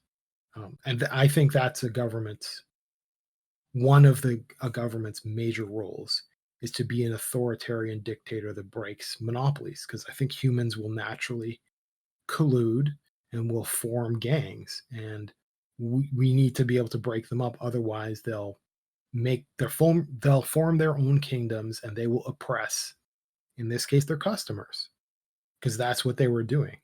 Because they had no competition, they would just have their prices at whatever and would lie and would balance it just enough to rip people off at some optimal rate. And so they were broken, there was competition, all the competition means the prices drop, etc.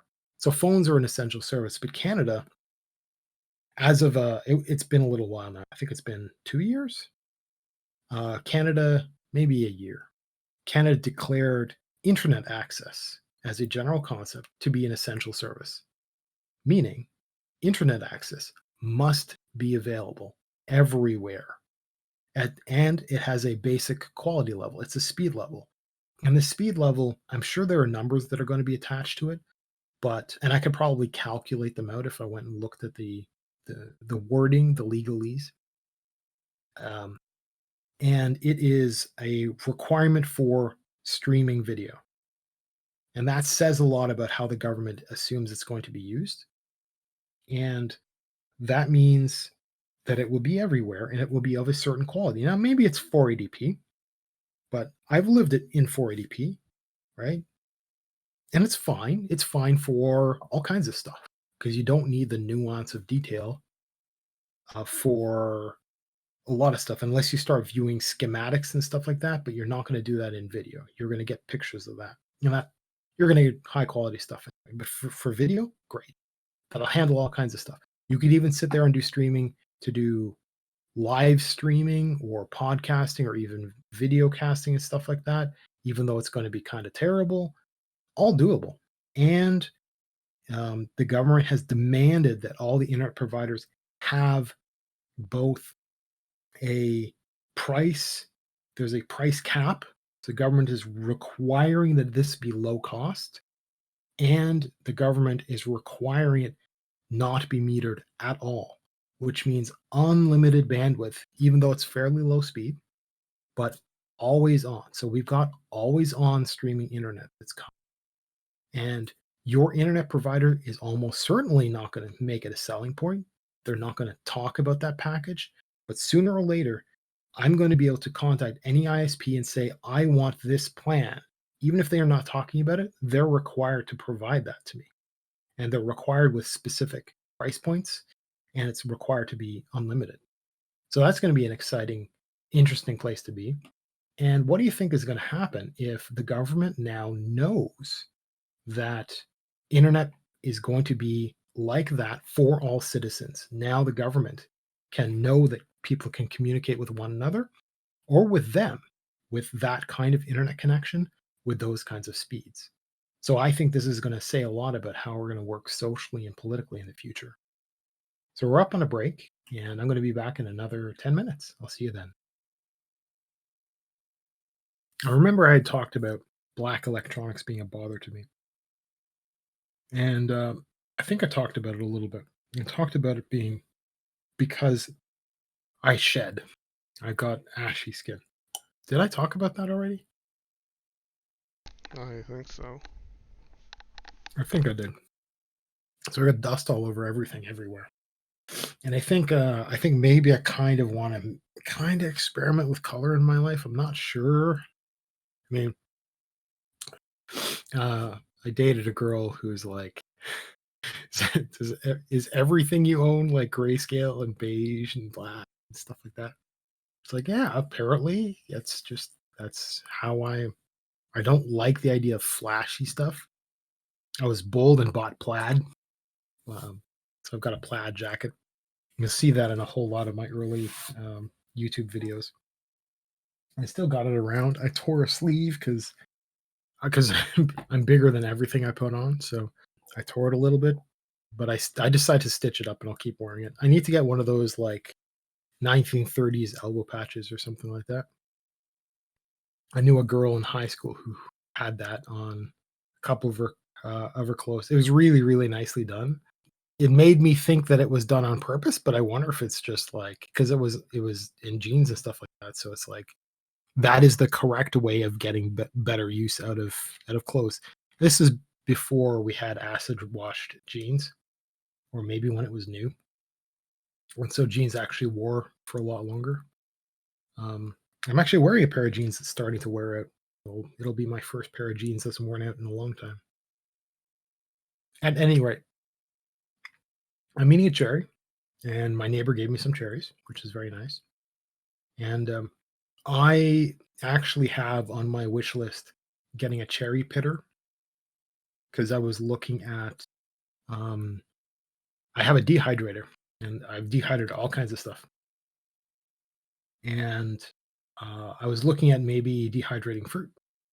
And so you can get cherry pitters. They're hand ones, and there's little machines and stuff. And people are saying, well, the little like devices that you can use. You can get one from Starfrit, for example. That maybe it doesn't always find the pit, and if you got the wrong size cherry, then it won't quite find the middle, and there's a hand version, and it's supposed to be better. I'm chewing on this, and I'm realizing there's no way that I would dry this. I'd just eat it like this. Like, would could I possibly have so many cherries that any would go bad? I don't think so. I think I just eat them fresh. Um, so not really sure what I was thinking with that. I once bought canned peaches because I love peaches, and I rinsed them off and I dehydrated them, and they were just awful because they turned into like jelly. They wouldn't dry completely out because they were just soaked in sugar. And then I read the can. I got around to reading the can. It's a can of peaches made in China. Like, no, I'm never ordering one of those again. Why would I have food from China? I've seen just some of the stats and I've seen videos and stuff like that of the rampant pollution that exists there, and I don't want to just know. It's starting to rain on the like their pollution is starting to rain on the west coast of North America. It's bad, bad. Um, and right now I need to finish off this chair. I was interested in dehydration. It was kind of a good thing because a lot of people have food security issues because of supply line problems. Because a lot of countries bottled up because of NCOV 2 or whatever the technical name is. It's like SARS NCOV 2. And so a lot of countries kind of stopped a bunch of stuff or started being extra selfish or whatever the heck. So a lot of grocery stores had some problems and they had a lot of runs. And because we're in Canada, so a lot of stuff kind of spills over from the United States up here. But we didn't have any of the rush for supplies.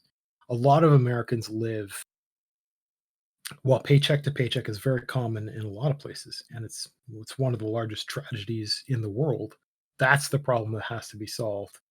And a lot of people are talking about instituting massive political changes. Like, no, like your bits of politics should be small changes because you don't know what you're doing with big changes. Nobody ever does.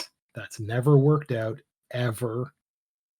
Um, you want little changes that will, as your goal, because it's actually a tangible goal. Politics should push to have all citizens having a few months of savings, because when you have people with savings, you'll have less stressed people, which is what you like. That's that's a measurable way for happiness. Like, I don't have to guess at how happy you are. I can look at your savings and I know that that's one stress that's been removed. I can't judge the rest of your life unless I sit down individually with you, and I certainly can't do that across an entire nation. It's just not a thing. It's not a thing. And I could ask people, but it's still not something I can trust. But I could look at the numbers in terms of savings, a number of citizens, and understand these things. And I can know these things as a government. The government can know these things because the government knows things like income tax. And so it can judge things. And based on certain balances, one of the government goals could be improving those numbers and knowing that those numbers remove a stress. And it's a great sign that at least a lot of people are less unhappy than they are now. So that's actually achievable. It's always annoyed me that governments they'll have all kinds of talk, and they'll never have an actual plan when the actual plan leads to happiness. There's no concept of that. So anyway, removing food insecurity is, I think, really important for happiness for people. And so it's a real sign of what things are like in the United States when I've seen videos of bare shelves and stuff like that. This is ignoring the peaceful protests that uh, burned down shopping centers and stuff like that, that just wrecked them. Um, where I've seen people just be like, "There's food on the ground now." Yeah, quote unquote free food that's on the ground. Well, it's still theft and you're taking stuff from the ground. And so there's still some, what would the right term be? Some sense of humanity left in somebody that doesn't want to pick food off the ground, which sounds like such a first world problem. At any rate, at any rate, um, why was I bringing up all of that? So there's the food insecurity thing, which made me think about dehydration because I just got a dehydrator. And so maybe I should be taking the bounties of like summer, fall, and canning stuff and pretending like I'm old timey and I'm packing stuff for the winter. And that might be just a nice thing to do. And I know a guy, I think I mentioned him before, who's farming in like northeastern Ontario. And he's just full on totally food insecure because he knows food production. He knows the supplier stuff from his side of stuff, from his clique, his industry, and he's just like, "Nope, I'm growing my own now. I'm just hoping I have enough to live through winter." It's like, wow, because our our largest city is Toronto. It's in Ontario. It's this um, combination of a whole of our largest, oldest city, plus it swallowed the suburbs around it a long time ago. And more recently, like 25, 30 years ago, something like that, it swallowed up the other cities that were nearby to call itself the Greater Toronto Area. It was just a shtick to concentrate politics and make it a world class city kind of. But its its true heart is it's like a sprawling set of cities that are now connected together. And so he being near Toronto and Toronto being so populated, populated places like that would become ruined nightmares if there were food supply issues. So the fact that he's kind of paranoid kind of rubs off on me.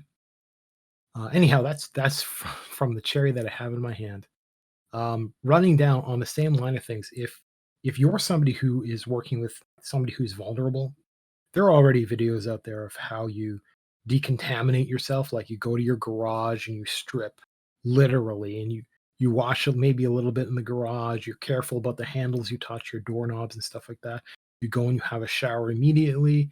You quarantine the items you bring in, your jacket and stuff like that in a different space, and you understand that clothing, several hours, let's say half a day, it'll be okay. And if it's cardboard, it's this, and if it's plastic, and it's this, and metal, it's this, right? So a few days is good, and all that exists. So if you're already in that headspace because you have a legitimate reason, so you've got somebody who's immunocompromised, who's elderly, who has multiple comorbidities, because that is the combination of stuff that this is. Those are the people that are actually vulnerable to this.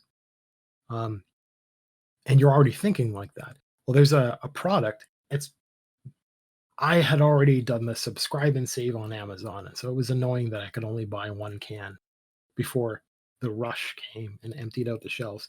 But Lysol, although I can't get their disinfecting spray, they actually have a laundry additive, and it works. You can add it into, so if you've got a washing machine that has like a separate little dish for fabric softener, you pour it in there, and so it adds it like at the final rinse ish space, and it's a disinfectant, and it does actually list coronavirus on the list of stuff that. Now, its efficacy, I don't know, but it makes the claim, and there are specific legal attachments to making a claim like that. And it's not so if you're in that category of person, that might be a good idea to pursue that. It is meant for situations where the clothing, well, the anything that you're washing can't be washed in hot water, which is normally what you do. And you can't hot water wash all clothes. Um, So if it's delicates or something like that, and you need to keep them clean, hot water would be the disinfectant. It would be good enough. But if it's cold water washed, then this stuff would be what you would need. It would be definitely what you would need. However, the best disinfectant is still time. Uh, Coronavirus can't replicate anywhere, even in a nice, warm, wet condition somewhere. It can only duplicate the in one particular kind of lung tissue at the bottom, primarily at the bottom of your lungs, the the, the lower end of your so closer to your feet. And so if it's just sitting somewhere, it's just going to die, and it might take a few days, but it's going to die. And the only way it's going to not die is if you freeze it, in which case, I heard one person say 10 years is what it'll last. um, We don't know, of course, because it hasn't been 10 years. It's been 1, maybe. Um, Actually, yeah, about 1 as of now, depending on who you know. Otherwise, it'll be 1 year as of November. Anyway, so that's Lysol. You can check that out. Um, I did wanna pick up a bunch of stuff and start making jam and stuff like that, but things got a little weird and expensive. And before I forget, so the doing things, uh, keeping your hands full, moving between rooms and stuff like that, taking your breaks and making them functional for something secondary. There's this idea in there. It's like sometimes when you're near something, there's this reminder that pops into your head. And it's a really fragile thought. It's kind of like waking up and trying to remember a dream. It's the kind of fragile thought where if you just turn to do something else, you will forget it. You will forget that other thing that was in your head. Some people are better than others at keeping that thing in their head. Some people can are so good as to keep it until they get to their notes and they can write it down. They can schedule it or something. But if you're already the sort that has a lot of mess, you're the type that would forget it before you get to somewhere to write it down. So that's a reason to carry a notebook with you. Maybe if you're real fast with a phone, maybe, but I wouldn't advocate using a phone for taking notes. See my previous rant on like replacing the keyboard functionality because it sucks because you can't cursor up and down, for example. Like how dumb is it that you can't cursor? Wow. Left and right is a bonus feature depending on your keyboard. At any rate, there are those moments you have to know to recognize those moments. It's pretty easy when they happen, even though you forget the content of that. You might go through your day and go, you have a little flag in your head that said, I had something else to do. I don't know. Well, it sucks living life like that. But there's this idea where you can sneak up and you can pounce on those opportunities, kind of like surprising that thing. Like an idea pops into your head, like you're brushing your teeth and you're like, my mirror has some spots in it. And you don't even bother waiting. If you're the type, if you learn that you're like that, don't even finish brushing your teeth. Just go and wipe the mirror down right away. You're not going to forget about brushing your teeth. You can continue that. Maybe you have to start over or whatever. But if you go and you wash the mirror, otherwise it might fall out of your head. You'd go on the rest of your day, and then you'd be reminded maybe the next time you brush your teeth, the next time you're going to have a shower, but the next time might be the morning before work.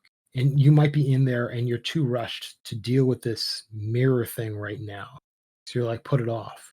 But you had an opportunity. It's similar to that 5-minute break of studying. It's similar to that going and picking stuff and cleaning stuff as you're migrating.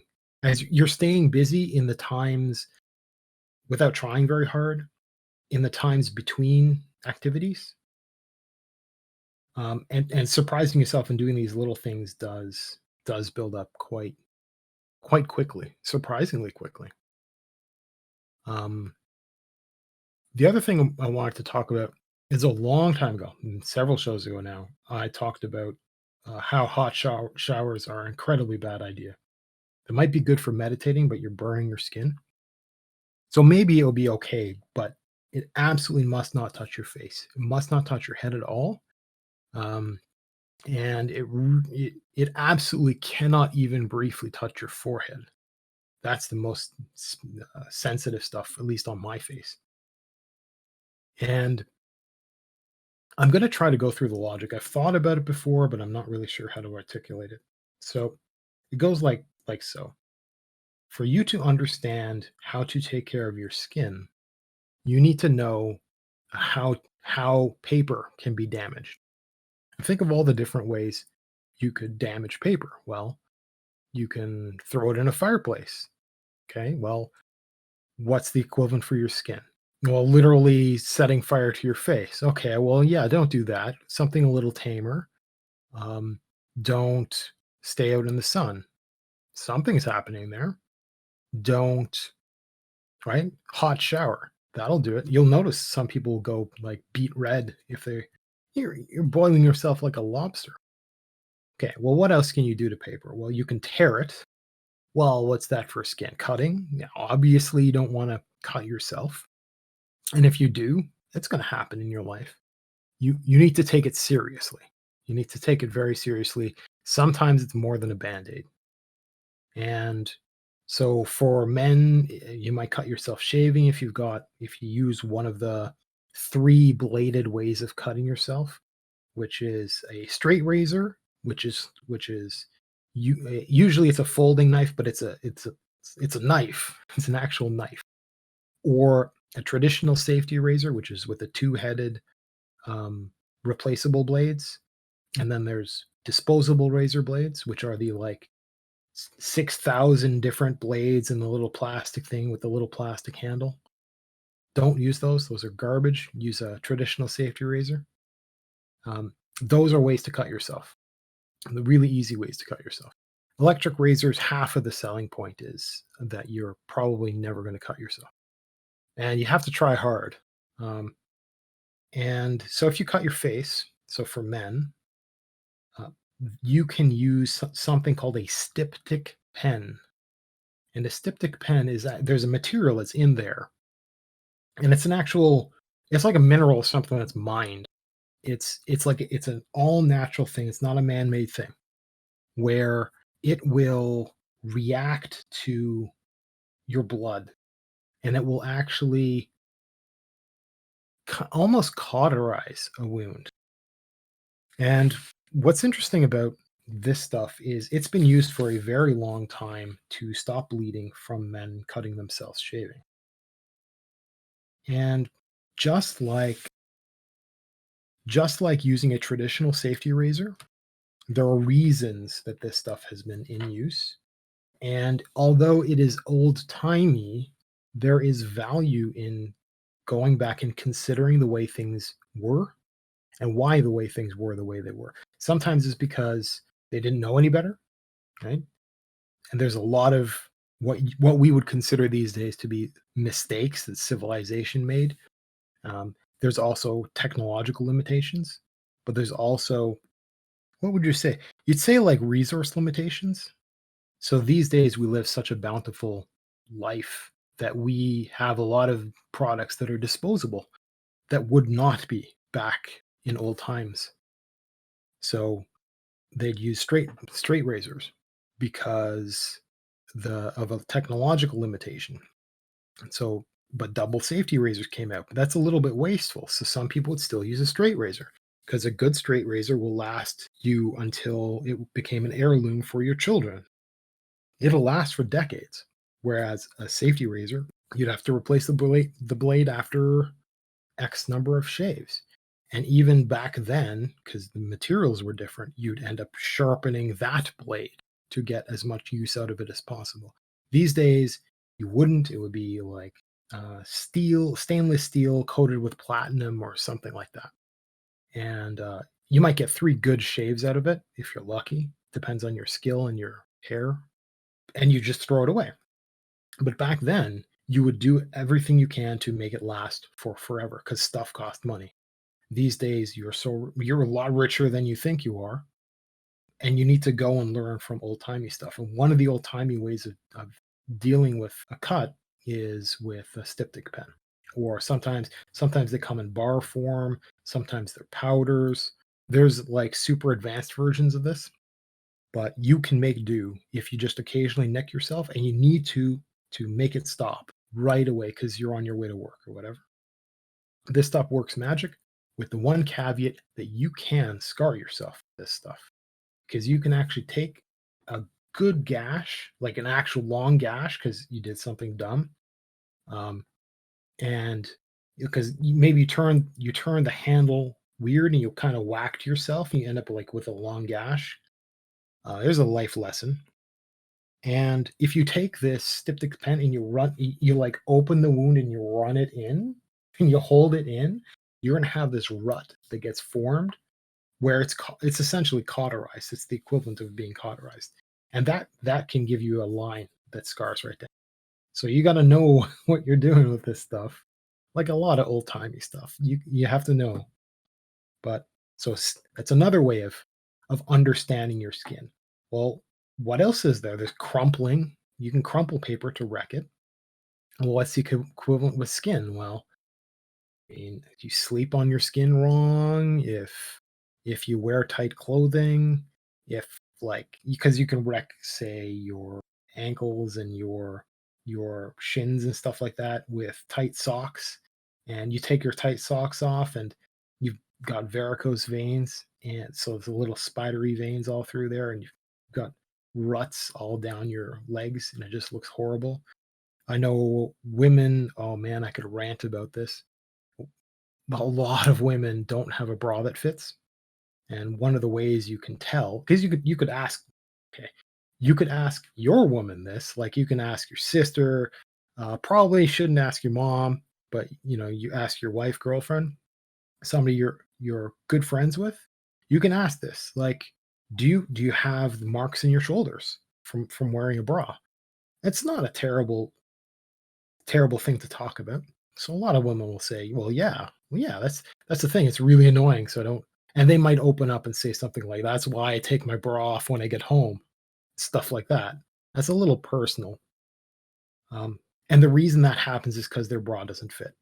Because if you got a girlfriend and you're on good terms like that, so it's you've been going steady for a while, um, and you find out, see, like you probably won't be able to do it by eye. I mean, maybe if you know what you're doing, but you probably don't. But take her to get a bra fitting. It'll change her life. It'll really, really change her life. And then spend a metric ton of money and get her some good stuff. And if it's your girlfriend, like technically you get rewarded because you get a girl in really nice lingerie as a start, but you also get a happy girl in really well fitted stuff. But one of the ways it's discomforting and it's just ruinous is the kind of pressure that a bra strap that's ill fit will cause. Um, so that's another thing. What are the other ways? I mean, you could you could wreck paper with like a grease pencil or a pen or something like this, and certainly that would be a problem. So what's the equivalent for your skin? Well, you could argue wearing makeup. You know, you get zits if you got sweaty skin, you put makeup over it. And women end up going into this loop of they have to have a skincare routine to deal with the fact that they're putting on makeup, which the makeup is essentially damaging the environment of their skin, coating their skin. So their skin gets kind of wrecked. And so they wake up with skin that's had the evening to kind of heal, put makeup on, gets wrecked over the day. And so they end up having to have like an extra product just to take care of their skin and an extra product to prepare their skin just to have the layers on top. And so that's another terrible thing to do. These days, guys don't generally have that problem. I know guys who have. Um, and so it's not like it's the 1800s France or something like that. Um, but understanding, so if you're, because let's face it, it tends to be women who are particularly concerned about how they appear. 'Cause makeup is a thing with women for a reason. Like it's a free market, and women demand it, um, and men tend to not care. Skincare routines are important for a man too, but uh, not enough girlfriends apply enough pressure. Let's say it would be handy to know this stuff for high school for awkward teenage boys, stuff like that. At any rate, so currently, a lot of women are into that. So a lot of women would need to understand hot showers. You don't need to have the willpower to have cold showers, just have cooler showers. They're really nice. Learn in the summertime, right? While you have a chance right now, and just get used to it and maintain it over the even in wintertime, even when you think you're cold, having a cool shower is still nice. You'll still like it. Unless you have one of those basement bathrooms that's hell, like where it's painful for you to take your socks off. Yeah, I I kind of understand it, and I'm sorry, you're still gonna have to have slightly cooler showers because foreheads and then skin, wear a hat. I it's not like I don't want to see women going around with giant hats. Like, but that has been a trend for a reason. That wasn't just a thing because it was, dainty women who were like trying to show off like peacocks out back in the day with all their lace and stuff. There was a reason why certain attire was like that. And the big hats will keep sun off your face from all angles and glare out of your eyes because they didn't have sunglasses or anything. And so it's a good idea for women these days. Just wear a hat. It really matters. And the makeup thing, technology has improved a lot. So, but I mean, man, if you can look good without makeup, please, please give it a shot. Um, there's not very many women that can properly do, even there's a nude makeup effect, which is also very good. Like that's something to pursue as a good step. Do it. And don't wear makeup when you're not going out. Just if you're lounging around the house, just don't. And don't shave your legs. Um, but I do want to talk about the sun thing while it's on my mind. Umbrellas were originally for keeping the sun off, not for rain. They were no good for rain, um, and probably no good in the wind either. And I don't. I want to see that make a comeback. And I think women are the ones that can do that. That can make that be a thing again. It's kind of a thing in some places. I think notably China still has that around. Um, and that is the perfect way of keeping the sun off. But it's not something that I would do because I'm embarrassed to carry an umbrella around, even though I know what it's for. Um, but if it became a fashion, we need a couple like superstars to start doing this. It's just like it's like the superhero, the actors that play superheroes, getting that scruffy beard look that just kind of caught on. And I approve of that because it means I don't necessarily have to shave every day, so I can look at being a little scruffy, and that's the popular thing to do. So that works out for me. We need some equivalent where somebody makes it fashionable for women to pick it up, and that would make it fashionable for everybody to have. Hopefully, I don't want to be one of those. Oh, that's a girl thing. Men can't do that. Um, yeah, I don't want to see that happen to the world. That would suck. But umbrellas, man, I would love to see umbrellas. I do not like standing. I don't like hiding behind telephone poles to get some shade. If I'm waiting for a bus, for example, I've always hated that. Um, so let's switch in our last 15-20 minutes and talk about the show and talk about some of the nuances that are going on, some of the ways we can improve. I'm going to start by talking about uh, it's a discovery slash. I always kind of knew it was around, but I did go looking for it. So a couple shows ago, um, several shows ago now, Minion started taking notes with timestamps, and the notion was that this would help skip to those timestamps in order to cut up a show for smaller pieces. That would be good previews or be good clips for YouTube. That's not something we've been doing yet. The little clips are something that I've been doing, and the larger clips, like imagine that we might have a 30-minute or a 40-minute segment pulled out, maybe cleaned up, clipped, or whatever. That's a future possibility, but for now it's little stuff. But he's been taking notes anyway, and I learned that I could go in, and we're using Audacity, and Audacity has a feature to make another track, and it's called a label track, and you can insert labels. And the functionality is a little awkward. I'd rather have it be more blunt than the way it's set up right now.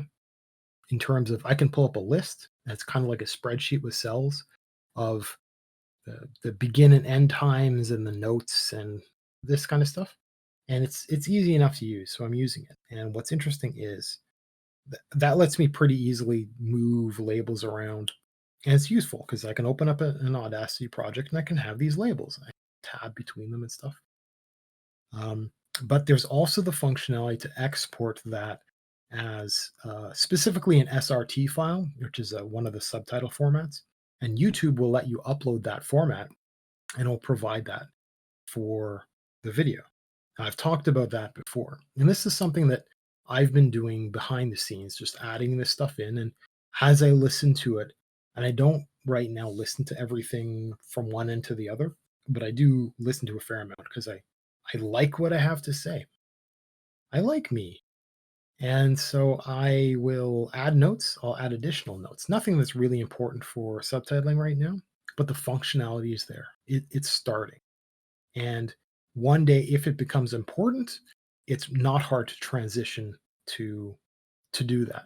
So this is part of the 20% time. It's kind of unnecessary for what we're doing because I used to just do track splitting as a way of kind of noting an interesting part. But now this thing could become subtitles really easily. So I've been doing that. So um, Minion, did you make an iTunes account? Dare I ask? Yeah, I did. You did. Okay. Did you look into that podcast restreaming thing, whatever that is? I have not. Okay. So do that and for next week, I guess. And because that is a service that will leverage many other services. So that's going to give you a hint as to what other things we should sign up to. So probably every single thing that it has functionality for, make an account for it. That's probably something that you could do. Um, and at some point, we need to look into actually like using it and using um, the iTunes podcasting thing, and maybe and whatever else, and leveraging the power of all those accounts plus this one tool might make it really easy to just broadcast broadly because we do need to migrate from doing this live on Twitch. We're probably in the wrong category. If there's a podcasting category, we should probably go in there first. So migrate to that and YouTube, and those are not quite the appropriate arenas. It would be useful for us to migrate from that into actually actual podcasting territory. Because I've had other people that I know, they're interested in stuff like this. But because we're not on the platform that they use that they have on their phone easily, they're just like it's inconvenient, and it would be important to make this as convenient as possible. Um, oh, I totally forgot to talk about granola bars. Those granola bars I was talking about earlier, they're I'm not going to order them again. They're inexpensive, and they're inexpensive because they are 37 grams. And I don't know what that is in freedom units, but it's really nothing. It's light. And if I look at the ingredients are absolute trash. I mean, okay, yeah, it's got peanuts and it's got almonds. But the thing is, it's dark chocolate flavor. I'm looking at the ingredients like chocolate flavored coating, sugar, palm oil, and palm kernel and palm oils, whey protein concentrate, which is like leftovers from wheat, yeah. Coca, so that's the cocoa, so that's the chocolate. Soy lecithin, natural flavor, whatever that is. So it's the palm stuff is an absolute red flag. Avoid at all costs. Palm oil is dangerous. And I'm looking at this. And the fats aren't bad. So no trans fats. Hopefully that's going to be illegal in Canada soon. That's going to change the world. Well, like to have a country actually care. Um, the sat so the way fats work, because I mentioned that I talked to a nutritionist, and she helped me understand fats specifically. Saturated fats are bad, but it's also the ratio of fats to saturated fats, because the if you have a and more than 50% of your fat content is in non-saturated fats because there's no separate line for that. So mine is fat 11 grams. How many? This is 37 grams, and 11 grams are fat. And saturated fat is 2.5 of that 11. That means that the 11, 10, 9, 8.5 grams of fat is the non-saturated fat, and that balances out the 2.5 a lot, enough that this is not bad. I mean, 2.5 grams of fat might itself be bad, because you might have a specific number of grams of fat per day. I would break that down into number of grams of fat per meal because I think that's very important as well. See previous conversation regarding ketogenesis and carbohydrate exposure. If you get it all in one whack, that's enough to take you out of ketosis. But if you spread it out, with a certain limit in mind. But if you spread it out over your meals, that is a lot safer. Same idea with this fat, I suspect, is I would not think of it in terms of like that. But who knows? I could be wrong. This is something I keep in mind. Not that I have fat restrictions. Um, so so we've had an okay time of our checklist of kind of improving our workflow so that we have individual responsibilities, individual specialties. I've been doing more of obviously I'm speaking, and so I have to think about ideas and topics and know how to talk and all this other nonsense nuances. And I've been doing the audio editing, and I have to learn more about the audio cleanup and maintaining like the audio hardware and environment and stuff like that. It's my side of stuff, whereas your side of stuff is more to do with dealing with the accounts and the nature of the technology that we're using behind the streams. So understanding um, the necessary settings for streaming for the different qualities for different services to of finding some balance that will get the good audio quality of doing the actual recording to disk. You're also providing hardware for doing the backups and stuff like that.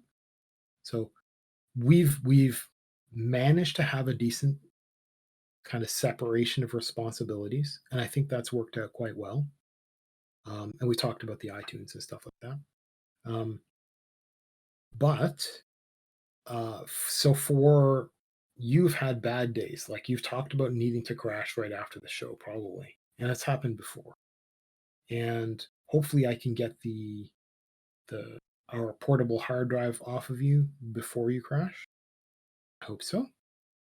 And and the problem is, in the past, um, we have not been able to put out one of the clips fast enough. They need to be scheduled.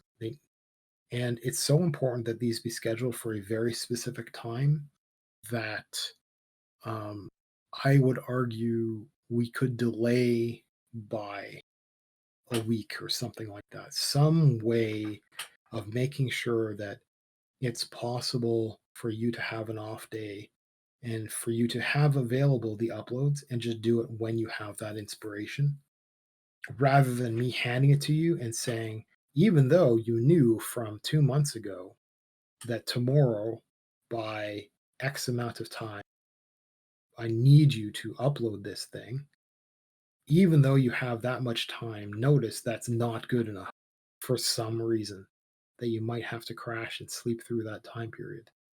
We need to have some way of actually trusting that you'll be able to do your part for that. So I don't know. Can you fix your life and actually be awake? Will you be awake tomorrow afternoon for this forever for the rest of your participation? I don't know. You see, that's the problem. Okay, But so at this point, it seems to be fixed. My crashes generally involve if the weather's too warm or if it's just sitting between cold and chilling. okay, so okay, so that's sad and shows a lack of being an adult. And it's not like this is hard for everybody else, so it's not a reasonable excuse. Um, so it is possible to time shift the uploads so that um, they happen a little bit later, and it lets me give it to you. It gives an extra X amount of time before the stuff has to be queued. Because technically speaking, all I would have to do is hand you this stuff with like two clips and the main show all tidied up and stuff like that. And for you, just you can queue them all at the same time. You can all do it, and then it'll be released tomorrow on time and the day That's after on time. sort of what I've been doing the entire time. Right. So what we could do is time shift that by an extra day or an extra something so that you our live would be our live and it would happen when it happens, and then the recording of the previous show would happen, right? Shifted over to tomorrow or something. So just in some way that we'd have more time. So we'd have a couple of days while we can of nothing. But technically speaking, I could just prepare more clips for all it matters. And I could draw out a map, and it would let me pass the hard drive to you at the same time because I'm reliable, and then you could queue up and upload when like any time between like like a day or so later for all it matters. But the problem is you might still be lazy even with that possibility. So I think it just needs to be you actually wake up, get your checklists in order so well, your workflow so well that it's like nothing for you to just roll yourself out of sleep, queue up one of the videos if that's all you can get around to, and you copy and paste and you follow a checklist of okay, these are the tags, copy paste the tags. This is and I need to make sure that the upload date is set to that day, and I need to make sure that the licensing is correct. So it's got like, oh, go click on advanced and then go down this list and click on that. If you make that checklist that easy, it becomes simple so that you don't have to really wait to be awake to have that wakefulness to actually do it. You just do it whenever. So um, when I pass the hard drive back to you, and I'll make a note of that now. Um, so workflow for uploading, I'll say. I'll also send you one of my workloads for uploading that I made for, I guess my live streaming stuff back when I did it, and it should all still be relevant. They changed some interface stuff, but I believe I was using the new YouTube interface stuff, so it should all be valid. And you can just use that and just replace the fields with your stuff, whatever you feel like doing. And you need to be on top of this shit because it's going to get worse because you're going to have to start knowing how to massage keywords based on stuff. You need to know whether or not we need to cut it up into multiple videos and just upload like 3 smaller videos so that we can leverage 3 different arenas of tags and descriptions and stuff like that. And you're the guy that's supposed to figure that stuff out because right now we've got 0 viewers. Yeah, we've got like 1 or 2 that are via YouTube, but very little interaction in Twitch, which is normal. That's unsurprising. So you're the guy that's going to have to step up if you want success if you want to care. And sooner or later, you're probably going to participate in talking once you're confident. One day. Okay, so we're done. We're done, and we'll be back on Sunday. I'm glad I didn't take today off to go do other stuff. We'll be back on Sunday, and I don't know what I'm going to talk about Sunday either. This has been working out pretty well so far. So thank you all for coming, and I will see you on Sunday.